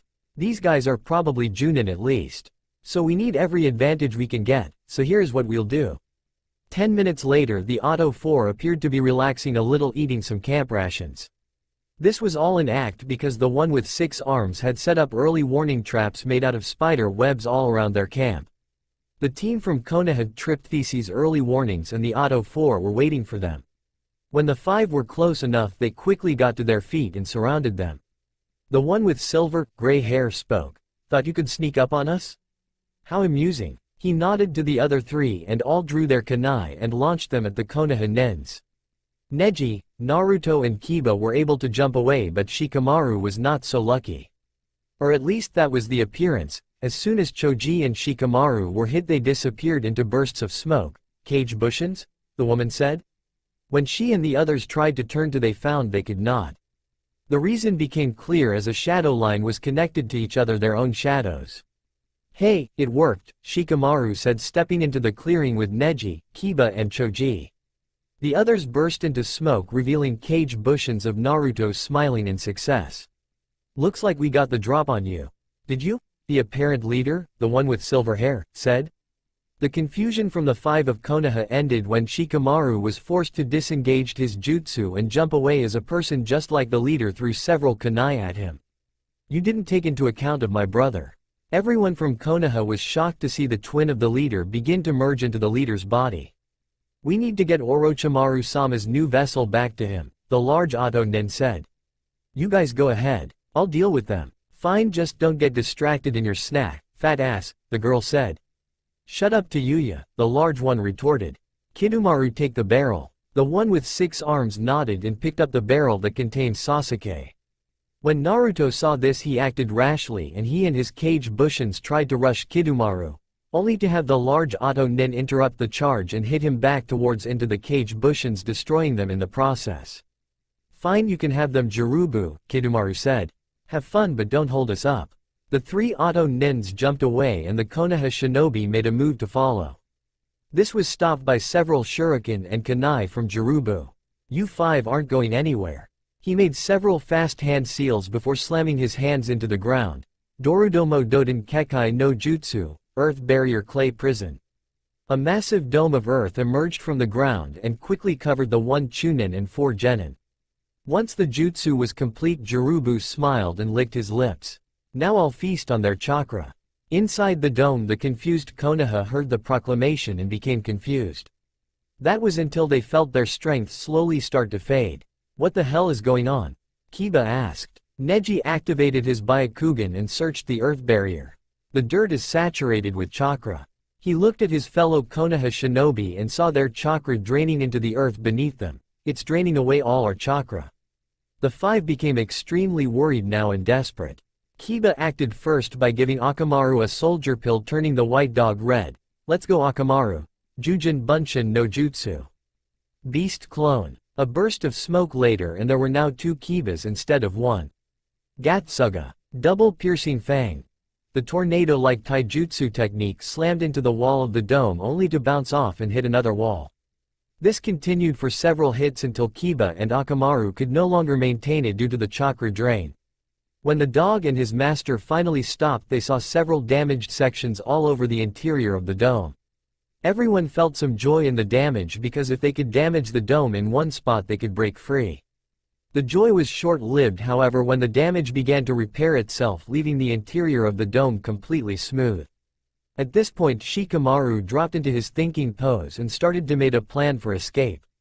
Meanwhile, Naruto cupped his hand and tried to start a Rasengan, only to see the constant drain kept him from being the process. Can't even form a Rasengan, Naruto thought. Further thought was stopped when Shikamaru opened his eyes and called out, "Hey, I need to talk to you. I would like to negotiate our release." You are in no position to negotiate, Jirubu said from outside the dirt prison. You'll all be dead in a matter of moments. That's where he is, Shikamaru thought. He has to maintain a constant flow of chakra into the ground to keep the damage repaired. If I can find out the weakest point and we concentrate all our efforts there, I know we can break out. He was about to explain his plan to the others when Naruto shouted. What are you, stupid? Naruto yelled. There's no way he is going to let us out. We have to break out of here and get Sasuke back. Naruto, I have a plan. Shikamaru whispered, trying to calm Naruto down. We don't have time. The longer we wait here, the further away the others get with Sasuke. Naruto said. His frustration at being trapped and the drain of his normal chakra started to cause Kyuubi's chakra to flow into his body. His features started to change, but not enough to cause a significant change. We need to get out now. He started forming hand seals for his jutsu. Naruto, wait. Shikamaru tried again to stop Naruto, only to be shocked by Konoha's most surprising ninja. Mokudan. Hajutsu Shicho Ida. Wood element secret skill. Growth of the branches. Naruto yelled, slamming his hands into the ground. Because of the Kyuubi's chakra in his body, the jutsu was far larger than it would normally be. Massive branches shot out of the ground straight up, completely destroying the roof of the clay prison. The others watched in awe Naruto with a question that had become increasingly common on their mind. How did Naruto do that? Naruto looked back one last time as Rock Lee took his stance against the Oto Nen known as Kagayake Kimimaru. Over the course of the past 5 hours, Naruto had been progressively separated from his teammates as they encountered the shinobi that took Sasuke, and just now Rock Lee showed up telling him to go after Sasuke while he took care of the bone using shinobi. Determination set in Naruto's eyes as he raced off to fulfill his promise to Sakura. As he followed the path Sasuke left in, Naruto's mind was able to drift back to what happened just after he and the others escaped from prison made of earth. The Konoha genin were standing outside of the crumbled prison behind the tree Naruto caused to grow. The genin and even the Oto Nen were looking at him with awe and confusion. As the leader, Shikamaru decided to take the initiative and ask, Naruto, when did you learn to do that? Neji followed immediately with a question of his own. A better question would be how you learned to use that jutsu. Only the Shodem Hokage has been known to use the Mokudan, wood element, jutsus. Guys, I think we have more important to worry about, commented Kiba, reminding the others they were in the middle of a battle during a high-class mission. We need to get Sasuke back, Naruto said, trying to divert attention from him. I'll tell you when we get back. This is so troublesome, Shikamaru grumbled. Fine, right after the mission you can tell us. Now how do we take care of this guy? You guys go on ahead, Choji stated. I'll handle him. Choji? Shikamaru asked. He was worried about his friend, knowing that the plump genin had wanted to prove himself ever since the Chunin exam. Choji had found his abilities somewhat lacking since then. Power like that displayed Lee, Naruto, Neji, and Sasuke would make just about anyone feel inferior. Shikamaru felt the same, but with his intelligence he could hold his own. Choji did not think he could. Trust me, Shika, I won't lose to him, Choji replied. His voice and face were dead serious. He was going to beat the large Oto shinobi or die trying. All right Choji, we'll leave him to you, Shikamaru said. Let's go guys, we still need to get that troublesome Sasuke back. The others nodded and jumped away, and Choji began the of his young life. Naruto knew that when this was all over he would have a lot of explaining to do. To Shikamaru and his friends like he promised, and to Tsunade for revealing his Mokudan abilities. It would be rather difficult for Naruto to talk about, especially to his friends. For as much as he wanted people to like him, he hated talking about his past. He always felt if people knew just how bad it was they would pity him. Naruto wanted friendship, not pity. As he ran, Naruto could not help but wonder what pushed Sasuke to leave the village. He was clear that Sasuke left on his own choice, because otherwise he would not have run off after escaping from the barrel. Just was, are you thinking Sasuke? Naruto thought. About a kilometer ahead, Sasuke had finally reached the border between Fire Country and Ricefield Country. As he stood near a good-sized river's edge, he hesitated for a moment, wondering if his choice was the correct one. His pause was only momentary, however, as he crossed the border, knowing that by doing so he would be declared a nuke nin and would probably be hunted down for the rest of his life.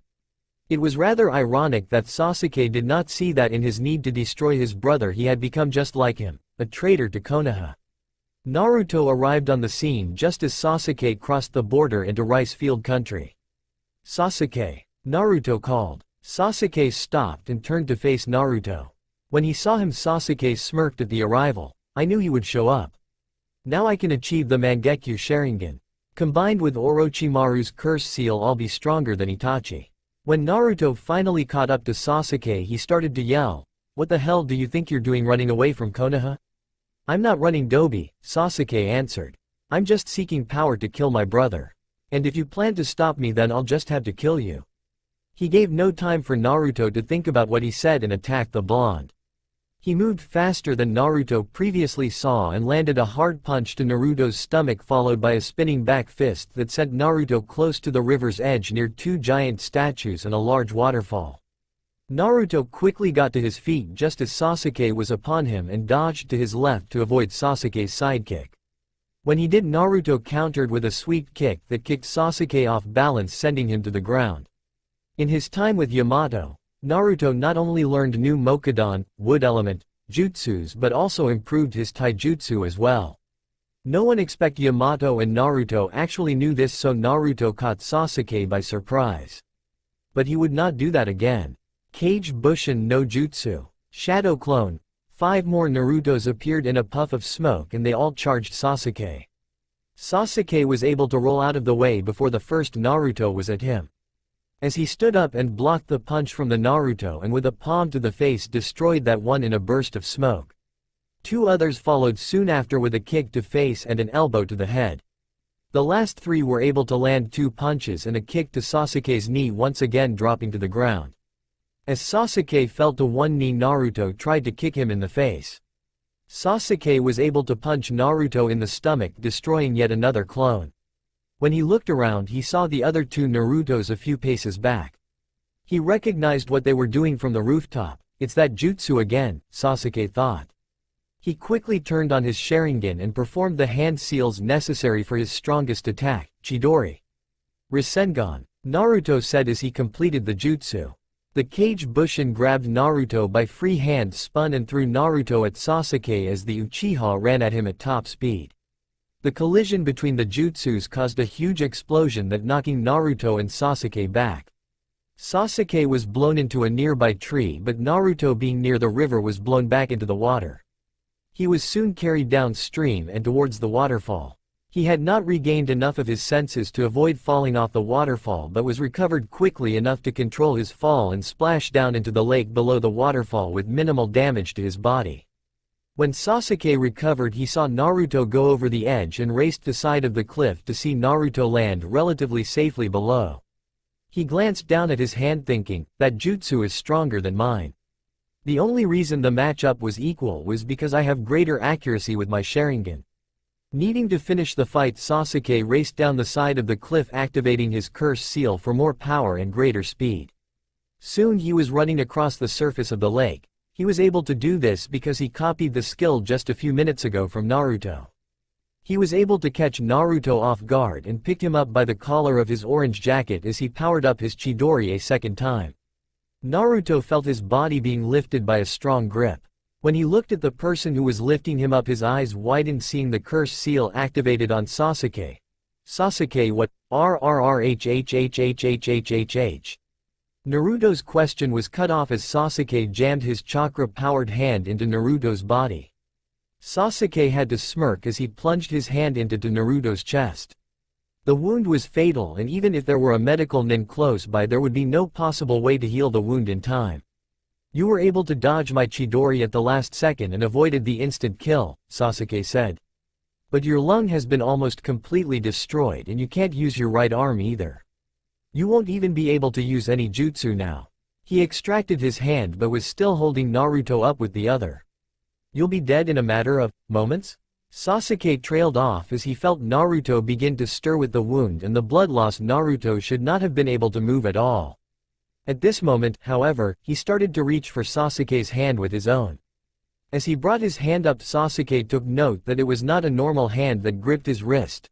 The hand no longer contained blunt fingernails but instead possessed flesh-rendering claws. As Naruto began to squeeze, Sasuke felt pain shoot through his wrist. When he looked at Naruto's face, he saw blood-red eyes with cat-like pupil and sharper fangs than he had ever seen on any Inuzuka. Naruto let out a demonic growl as Sasuke struggled to get free. "I won't let you leave, Sasuke." Sasuke, feeling fear from the voice and the amount of chakra Naruto was radiating, desperately looked for a way to extract himself from Naruto's vice grip. Thinking quickly, Sasuke kicked at Naruto's injured chest and black flipped away to land in the water. During the flip, he activated his Sharingan just in case Naruto pulled off some kind of surprise. When he looked upon Naruto, he gasped as he saw a strange red chakra collecting at the wound and healing it at an impossible rate. When the hole was fully healed, Sasuke was further surprised as the level chakra began to rise and the form of a gigantic nine-tailed kitsune, fox, appeared in his vision. The force started to ripple outward from Naruto, causing the lake they were fighting on to white capping and gale force winds blowing out in all direction. "What are you?" Sasuke demanded. Naruto's response did not come in words, instead it came in the form of a loud inhuman growl. Yell. A-A-A-A-A-R-R-R-R-R-G-G-G-G. In the blink of an eye, Naruto was upon Sasuke and delivered a bone-crushing punch to Sasuke's stomach.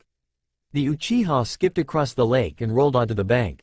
He did not get any time to recover as Naruto was in front of him once again, delivering a kick to his chin followed by two successive punches and followed spin kick that sent Sasuke crashing into the cliff wall behind the fighting pair. Even with his Sharingan activated, he was not able to keep his vision clear. The strength of the hits and the impact into the cliff face left his sight blurry. When his eyes cleared enough, he saw Naruto charging him once again. Flashing through hand seals, he called out, "Kaden, Housenka no Jutsu. Fire element. Phoenix fire." The medium-sized fireballs blasted out of Sasuke's mouth directly at Naruto. The reason Sasuke did not use his usual Gukaku no Jutsu, Grand Fireball, was at close range. The several medium fireballs did more damage than the single large one. Every fireball hit Naruto dead on, sending him crashing back into the lake, giving Sasuke some breathing room. Because Sasuke was still dizzy, he tried to clear his vision by focusing more chakra into his eyes. When he did this, his eyes started to burn for a brief second and then his sight became clearer than it had ever been. Sasuke knew instantly what had happened. He finally mastered his Sharingan. Naruto stood up as soon as he hit the water. The burns he sustained from the barrage of fireballs were already healing because of Kyuubi's chakra. When he stood upright, he charged once again as he saw Sasuke flinch in pain for some reason. He was hoping to use the distraction to get the drop on him. When his fist was about to connect to the Uchiha, the Kyuubi vessel was shocked when Sasuke easily dodged the fist and stepped into his guard to deliver a nasty kick to his chest. As Naruto stumbled back, Sasuke continued his assault with a 3-hit combo that sent Naruto into the air. While he was in the air, Naruto went to his most familiar hand seal, Kage Bushin no Jutsu. Shadow Clone. The duplicates and Naruto dropped onto the ground and started to attack in a group. With his fully developed Sharingan, Sasuke was able to predict where each and every strike was coming from. The result was that none of Naruto's attacks landed a clean hit and the Kage Bushins were quickly destroyed. When Naruto was the only one left, Sasuke took out several shuriken and attacked thin metal wires to them. With 3 in each hand, Sasuke threw the shuriken at Naruto. Naruto tried to dodge, but Sasuke anticipated his movements and directed the shuriken to intercept him. Soon Naruto found himself wrapped in the wires, unable to move. "I told you, you're not anywhere near my level," Sasuke gloated as he began rapid and rather numerous hand seals before saying, "Kaden. Ryuka no Jutsu, Dragon Fire." A massive blast of fire rushed down the wires and exploded as it hit Naruto's body, slamming him into a massive boulder. Sasuke dropped to the ground from the chakra needed for the jutsu. As Naruto began to lose consciousness, he found himself in mental landscape that appeared to be a dungeon holding the strongest of the Biju-tailed beasts, prisoner. When he looked up, he saw the demonic gaze of the Kyuubi staring down at him. "That was pathetic," the Kyuubi said. "Let me show you what my power is truly capable of." The Kyuubi willed more chakra than it ever did through the bars of his cage and directly towards Naruto. On the outside, Sasuke was finally standing up and was about to finish Naruto off in order to claim his Mangekyo Sharingan when he saw the strange red chakra begin to bubble out once again. As he watched, he saw the chakra become semi-solid and coat around Naruto's body. So this is why Itachi wants him, Sasuke thought. It has to be this strange power that Naruto possesses. Naruto slowly began to stand as the chakra took the rough outline of the kitsune. When he saw Sasuke, he dashed at him on all fours even faster than before. Sasuke saw the blow that was coming and attempted to dodge. It surprised him that at the last moment the chakra itself shifted and slammed directly into face. You're not getting away, Sasuke. I promised Sakura-chan I would bring you back, and I'm going to keep that promise. Sasuke grunted from the pain as he stood up and regarded the demonic blonde. I was right, wasn't it? Sasuke said, causing Naruto to stop. This power is the reason my brother wants you. This makes you special, but, as he said this, the black marks of the curse seal began spread once again. However, unlike when the fight began, the marks began to merge, covering his entire body. Soon Sasuke's skin started to change its pigment and his hair doing the same as it grew longer. This was not the most disturbing sight, however, as the back of Sasuke's shirt started to rip apart and two giant webbed hand-like wings shot out. I have become even more special than you. He started to perform 4 hand seals and his right hand grabbed the left as black chakra started to arc like lightning. Let us find out who is stronger, Naruto. He charged Naruto, dragging his hand, creating a massive trench as he went. Chidori. Naruto narrowed his eyes as Sasuke charged him. He knew he had to stop Sasuke and quickly formed a plan and started to perform hand seals for a very unique jutsu. You better believe I'll show you who's stronger. Sasuke watched the unfamiliar seal sequence and was even more surprised as he did not understand how the chakra was molded. He attributed it to the red chakra Naruto was generating, so he ignored it. He increased his speed just as Naruto slammed his hands into the ground. A Doden, earth element, jutsu, he thought. Mokudan. Koda Shibaru no Jutsu. Wood element. Branch bind skill. Naruto said as he slammed his hands into the ground. The Kyuubi's chakra made the jutsu much stronger than when he used it against Kabuto, and branches the size of small tree trunks shot out of the ground, wrapping around Sasuke's torso, stopping his run. Impossible, Sasuke thought. As the top student at the academy, he knew Konoha history nearly inside and out. So he knew of the Shodem's legendary ability to control wood. The fact that Naruto performed the jutsu was inconceivable in his mind. While Sasuke was immobilized, Naruto lifted his hand with palm up. Sasuke's Chidori was still activated and it could be used to break the wooded bindings easily, so he had to finish this fight now while he had the chance. So he focused collecting chakra into the palm of his hand and began to spin and compress the chakra, Rasengan. He made the 4 steps that were in between him and the bound Sasuke and shoved the purple, because of a mixture of his chakra and the Kyuubi's, ball into his stomach. At the last moment he remembered his promise to Sakura and pulled back just slightly so the jutsu would not enter his body and not kill him. The wind caused by the jutsu ripped apart the branches and caused Sasuke to fly back and knocking him as he hit the ground. As Sasuke passed out, the Kyuubi stopped sending its chakra to Naruto. When the red fox form faded from view, the loss of chakra caused Naruto to drop to his knees in exhaustion. Channeling that much chakra for so long would take its toll on even a veteran Junin. Tamiz, bastard, more trouble than he's worth, Naruto said just as he joined Sasuke in unconsciousness. In the middle of the vast forests of that surrounding Konoha, Kakashi traveled at a fast pace following his nin dog Pakun. He had returned from an S-class mission only to hear that Sasuke had left the village and a team of genins went after him. He was extremely angry at the news because a mission like this should have been assigned to Junins or Anbu. He did not say anything because he knew how stretched Konoha's forces were. Still, that did not stop him from going after his students. Along the way he summoned his tracking dogs and soon Pakun was able to pick up their scent. Kakashi, Pakun said, I can smell the moisture in the air starting to rise. It's going to rain soon.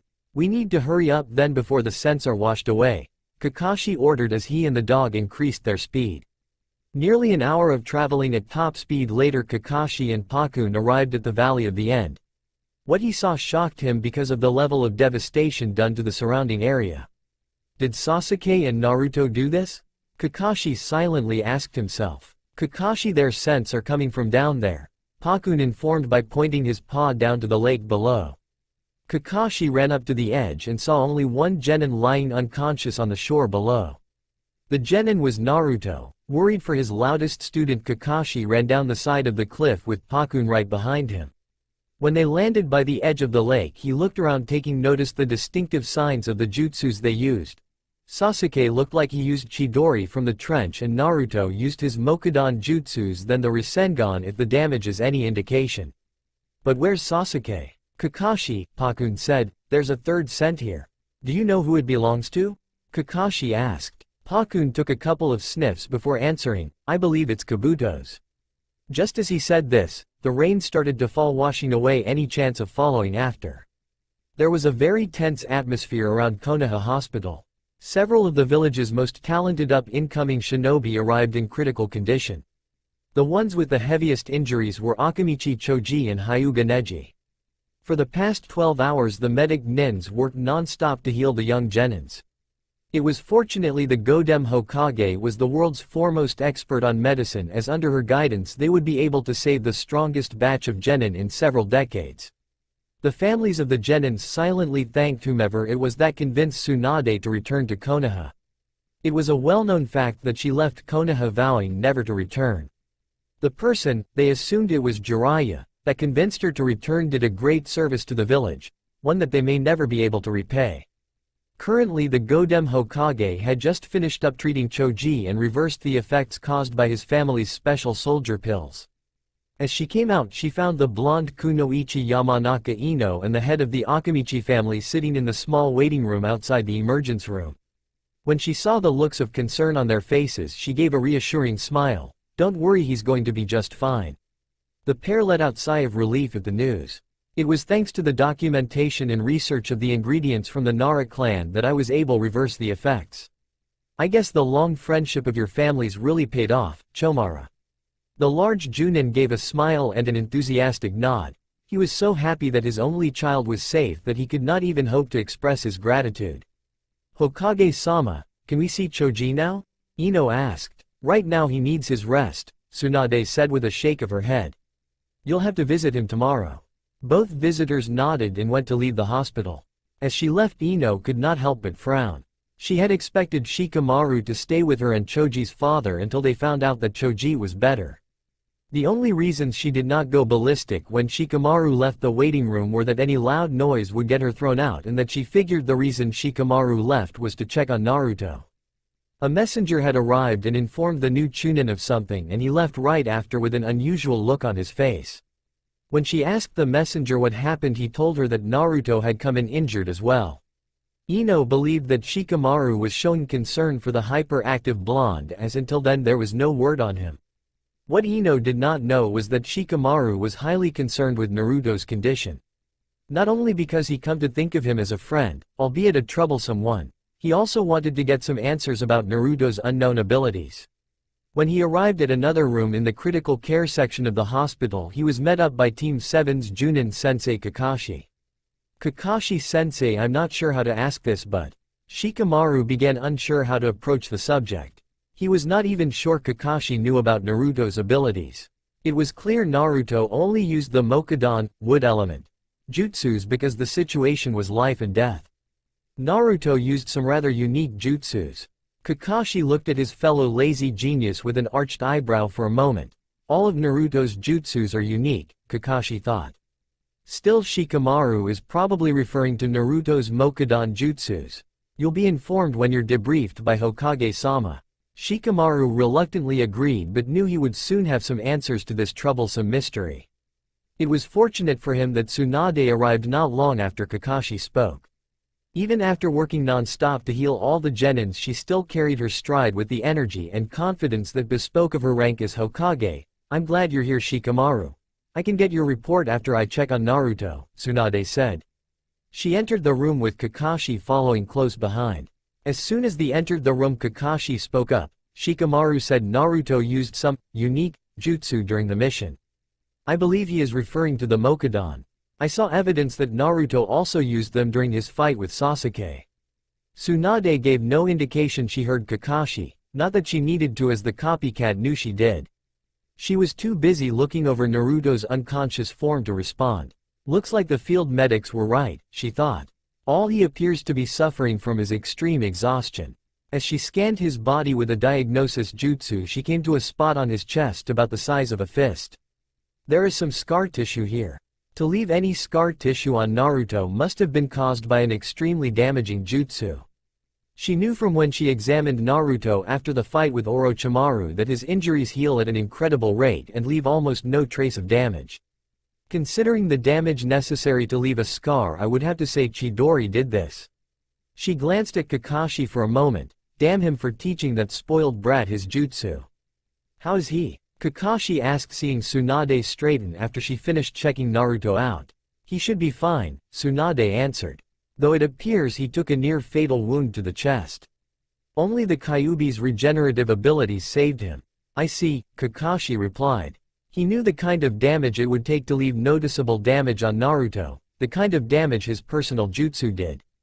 A few minutes later, Tsunade was in her private office at the hospital with Shikamaru. She brought him here so they could speak openly without interruptions and eavesdroppers listening in. Kakashi has informed me that you witnessed Naruto using unique jutsus. Yes, Hokage-sama, Shikamaru responded. When we were trapped by the first of the Oto shinobi, that Naruto used a jutsu that previously thought only the Shoden could use. After Naruto freed us, he said he would tell us how he was able to do them when the mission was over. What I am about to tell you is highly sensitive material and is not to be told to any without my permission, Tsunade ordered. Shikamaru nodded and Tsunade continued. Naruto's origins have been a closely guarded secret by the Sandaime Hokage and Naruto. In fact, until I recently went through his old journals did I find out the truth. I am sure that you have heard of situations that arise during missions that produce illegitimate children. Shikamaru nodded at that. It was one way some clans with power bloodline limits become so large in a relatively short amount of time. The clan did not want to risk their secrets getting out due to a brief error in judgment, so it was not uncommon for clans to take those children in. But sometimes some children were missed. So you are saying the Shoden had an encounter with another woman besides his wife at some point, and Naruto is decided from that encounter, Shikamaru concluded. Very astute conclusion, Shikamaru, Tsunade said. She knew she was only telling Shikamaru half-truths about Naruto, but for now she decided that telling Shikamaru a little bit of truth and let the genius draw his own conclusions was the best course of action to protect Naruto. For now they still needed to keep Naruto's origins as secret as possible. He needed to grow in strength enough in order to protect himself from Konoha's enemies. Many rival shinobi villages would love to get the secrets of the Shoden Hokage, so the half-truths and outright lies were needed, for now. Tsunade knew that Shikamaru would need some information and would quickly draw a logical conclusion. All she had to do was present the information in the right way. He may be a genius, but so was she. And add to decades more experience she had over him, it was easy to pull off this minor manipulation. I cannot tell you anymore for Naruto's safety. I understand, Hokage-sama, Shikamaru said.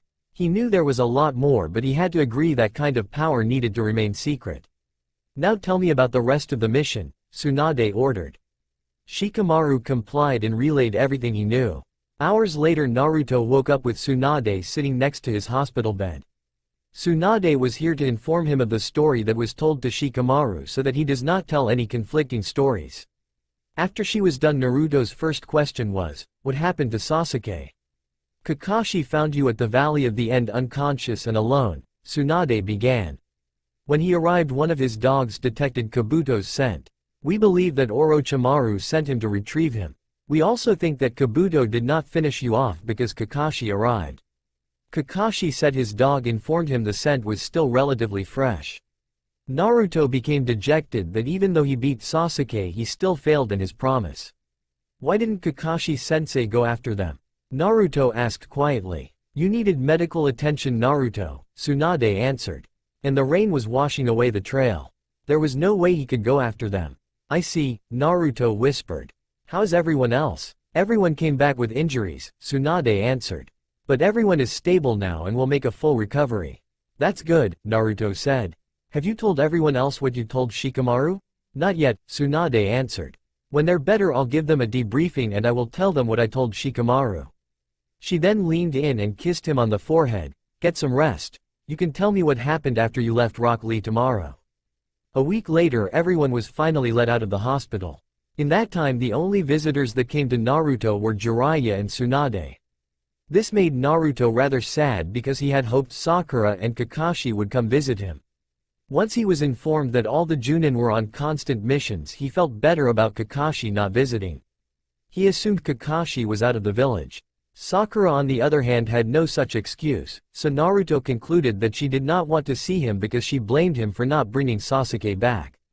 In truth, Sakura had not visited because she was feeling guilty about making Naruto promise to bring Sasuke back. She could not face Naruto for forcing him into such a dangerous position. As to her, that was all she did. Because of me Naruto's faced death so many times, Sakura thought. There was the bridge when I wasn't strong enough to help against the nuke Nin, missing Nin, from Kiri, then there was fight against Gaara and now this. It's my fault, I wasn't strong enough to protect myself and not strong enough to stop Sasuke when I had the chance. And because of that Naruto almost died again. Maybe I shouldn't be a ninja anymore. Naruto was wandering around the village marketplace. When he talked with Jiraiya in his hospital room he vowed that no matter what he would bring Sasuke back no matter how long it took. He was tempted to go off on his own and get Sasuke back by himself, but he also realized that he was now a target and if he did go after Sasuke Orochimaru would capture him as well. Damn Teme, bastard, damn hubby, snake. Naruto said, cursing the pair. He hated to feel helpless and right now that was how he felt, all because of Sasuke and Orochimaru. I wonder I'm going to keep training with Ero-Sannin and Yamato-san? Naruto wondered. Naruto, a voice said from the left. Naruto turned to see Kiba with Akamaru coming out of the veterinarian's office the Inuzuka clan owned. Kiba, how's Akamaru doing? Naruto asked. He's doing better, Kiba answered. Isn't that right, Akamaru? The white puppy barked an affirmative answer. So what's it like? It just sucks that I can't tell anybody, that's all, Naruto replied. Hey, always trying to show off, Kiba laughed. Just because you can do those jutsu doesn't mean we'll lose to Yudobi. You want to fight Inu Ibuki, dog breath. Naruto yelled, because if you do I'll kick you ass just like in the Chunin exam prelims. Like you could, Kiba yelled back. That was just a fluke. Just like it was a fluke he defeated me in the finals? Neji asked, coming up with his team. Or when he beat Gaara during the invasion? Lee asked. No, Naruto is truly a worthy rival. And someday I will defeat him like my other eternal rival Neji. So how are you two doing? Tenten asked. She was obviously referring to their injuries from the recent retrieval mission. I'm fine and Akamaru will be ready to start training again in a couple of days, Kiba answered. I'm great, Naruto answered. In fact I've been fit for training since I left the hospital. Neji raised an eyebrow at that. Chakra exhaustion caused shinobi to be laid up for weeks usually, and even then they don't return to 100% right away. Just one more mystery that surrounds him, Neji thought. Just how many secrets does he have? Neji had been able to detect that Tsunade was holding back a lot of information when she debriefed the team earlier that week. He asked Hiyashi what he knew about Naruto after he defeated him during the Chunin exam. All Hiyashi would say was that Naruto had a hidden power that he was not able to talk about. Neji at first thought it was the Mokudan jutsus, but now he felt Hiyashi was referring to something else. It probably has to do with that strange red chakra he was able to produce when he fought me. Well, I've got to get going, Kiba said. My team is scheduled to do a lame D-class mission. It's all we're allowed to take until the docs say I'm back to full health. Don't forget to take Hinata-sama with you, Kiba, Neji said. His statement earned an "eep" from around the corner. The Hyuga progeny knew his cousin was once again following Naruto around. Kiba nodded and walked in Hinata's direction. Come on Hinata, Kurenai-sensei and Shino are probably already waiting for us. Hinata cautiously stepped out from the corner, pocking her fingers together. Gee, goodbye Naruto-kun. She quickly ran off after Kiba before Naruto could respond. She sure can be weird, Naruto mused silently. In the Hokage's office a discussion was taking place that would decide the next few years of Naruto's life. According to my information network, Akatsuki has gone into hiding, Jiraiya informed the other two.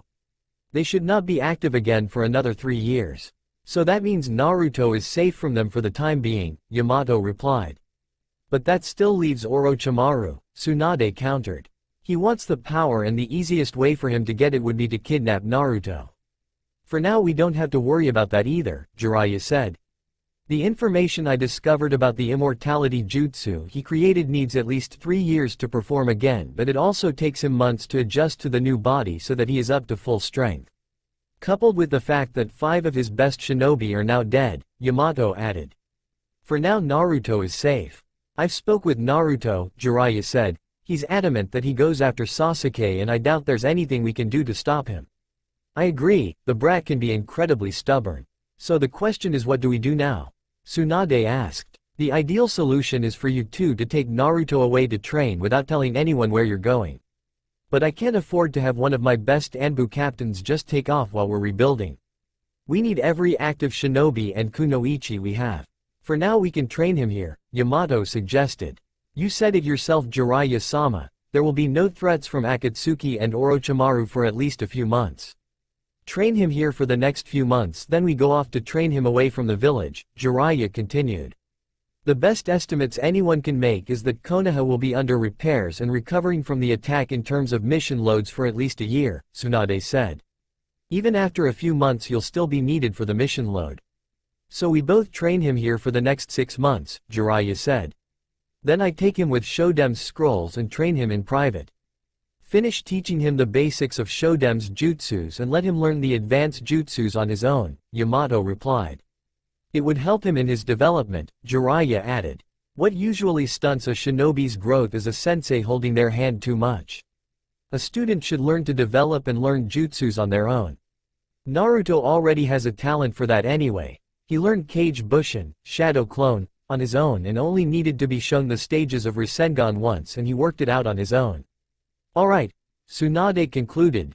Jiraiya, you'll train Naruto and Yamato you'll give supplemental instruction him when in between missions for the next 6 months. Afterwards Jiraiya, you'll take him away to train. In a darkened chamber deep in one of the underground bases that made up the hidden village, Kabuto came out of one of his many medical rooms. When he came out, the snake Sennin, whose one unbandaged eye looked highly annoyed, greeted him. How is Sasuke-kun doing? Orochimaru demanded. When Kabuto retuned with Sasuke a little over 2 weeks ago, he was very upset that his new body was in such a bad condition. Kabuto had reported that he found Sasuke unconscious with several injuries. Kabuto had also told him that the Kyuubi vessel who was also unconscious at the time. Kabuto would have brought Naruto back as well, but he detected some was coming and had to leave the area with Sasuke only. He is conscious, Orochimaru-sama, Kabuto reported. He has demanded that you start to train him. Apparently his loss to Naruto-kun has left him highly irritated. To see a person he thought was beneath him defeat him would make Sasuke-kun very angry, Orochimaru said. This will only make Sasuke-kun easier to manipulate. Orochimaru started to laugh as a new plan formed in his mind to make Sasuke more subservient to him. He would bait Sasuke with tidbits of information about Naruto's powers, the Shodem's jutsus and the Kyuubi's chakra and both their potential.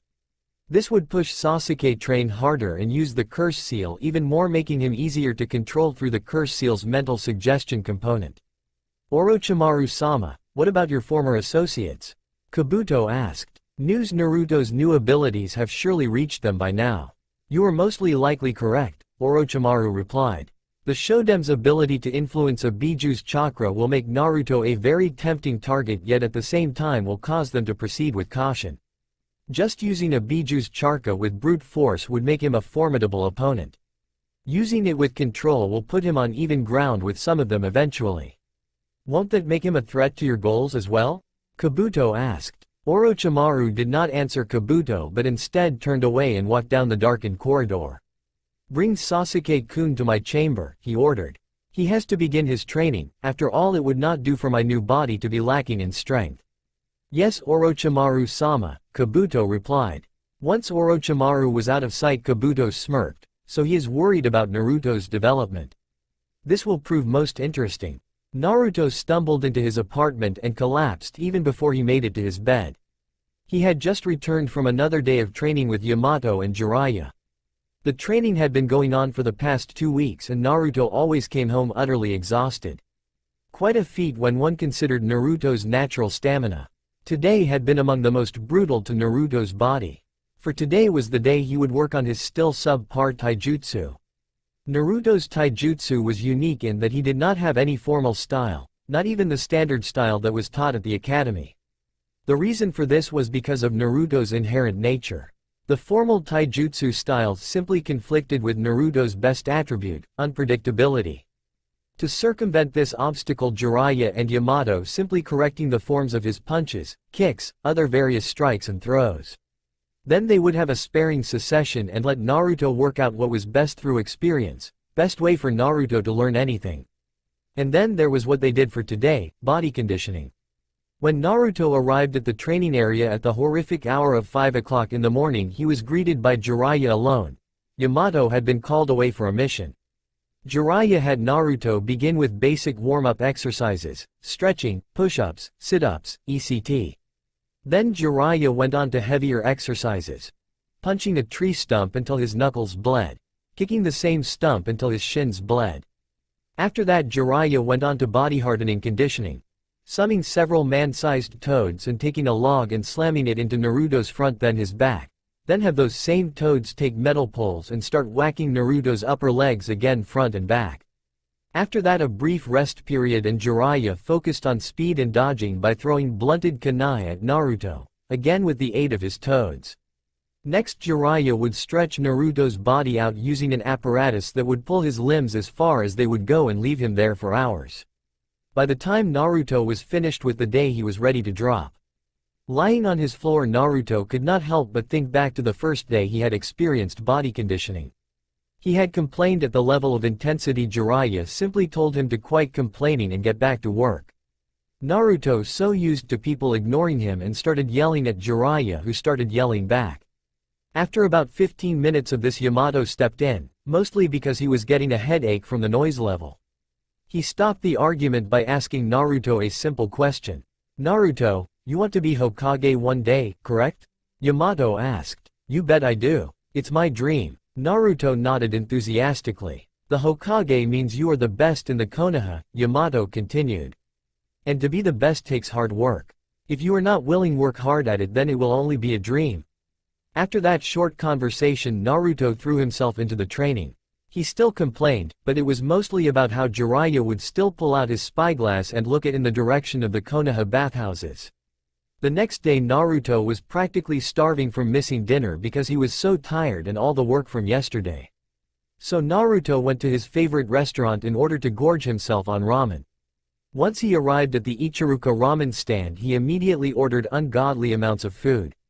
After his 10th bowl Naruto finally ate his fill and paid the ever-thankful chef and his daughter. Their business had been rather slow lately because of Naruto's training. After Naruto ate his fill he went out to do some more training. Both Jiraiya and Yamato were out of the village today. Yamato was still on his mission and Jiraiya was checking on some of his contacts. This meant that Naruto was forced to train on his own for at least the next few days. Fortunately Jiraiya and Yamato had already established a routine for Naruto to follow by now so the Kyuubi vessel knew what to do today. Today was chakra control training. Time to head for the waterfall, Naruto thought. At her family flower shop Ino was contemplating what she should do for the rest of the day. Choji was still recovering from the failed retrieval mission and Shikamaru has been regulated to various chunin duties due to the heavy workload everyone was facing. This meant that Ino was temporarily teamed up with Lee and Tenten for missions because Neji was still recovering. Ino had mixed feelings about being teamed up with Guy's team. She was thankful that she had another girl to talk to but on the other hand she had to deal with Guy and Lee. Now Ino actually did respect the odd pair. She saw Lee was willing to push himself beyond what most people would consider possible even when he was injured. But having to deal with Guy and Lee was a strain on one's sanity and frankly if Ino had to hear one more speech about the flames of youth, she was going to lose it. For now Ino was getting a break from her temporary team. Guy had taken Lee on a training trip to the mountains outside of Konoha to teach him another taijutsu technique. This meant that the two girls had the next few days off. Usually when this happened Ino was stuck with managing the family flower shop, but because her mother was around Ino was free from that duty and now her time was free. In the past she would try and either hunt down Sasuke to ask for a date or go bother Sakura. Now that Sasuke was taken by Auto, Sound, and Sakura was doing some heavy training under Tsunade, both those options were not available. The result of all this was Ino being bored out of her skull. Maybe I'll head out to the forest, Ino thought. At least there I could see if the wildflowers were in bloom. One would think that because Ino was surrounded by flowers all her life she would rather to spend her time away from them. The truth is Ino truly loved flowers as they were a constant in the hectic lifestyle of a shinobi. What Ino hated was watching her parents shop because of the boredom that came from it, not the flowers. Later Ino was wandering along a small river in one of the denser parts of the forest inside Konoha's walls. She was following it because it led to a pool at the base of a small waterfall where wild lilies grew, and following the river was the best way to reach the pool. When she arrived at the waterfall she saw a rather unusual sight. A boy in nothing but boxers standing on the river just before the water fell over edge of the small cliff. "Hey, what are you doing?" Ino called out. Naruto was performing an exercise that Jiraiya showed him during the first week of training. Standing on water right before it goes over the edge of a waterfall. This was a harder chakra control exercise than the standard water walking. Instead of just focusing on keeping afloat, one also had to keep from moving, and because water moved fastest near a waterfall, Jiraiya made Naruto stand there. Naruto's chakra control has grown greatly over the last few weeks, but he was still having trouble. The difficulty of this exercise required his entire concentration in order to keep from falling over the edge of the waterfall. This had already happened twice before, which was why he stripped all his clothes off except his boxers before his third attempt. When Naruto heard Ino's question, he immediately lost his concentration and fell over the edge of the waterfall into the pool below. Ino, seeing the boy she had yet to recognize go over the edge, she ran to edge of the cliff and looked down into the pool. To her relief, she saw the boy surface and spit out some water. When she was finally able to get a good look at him, she immediately recognized the telltale whisker-like birthmarks on his cheeks. "Naruto?" she asked. Naruto looked at the voice. "Ino?" Both asked, "What are you doing here?" A few minutes later Naruto was out of the water and dressed, and Ino was at the base of the cliff.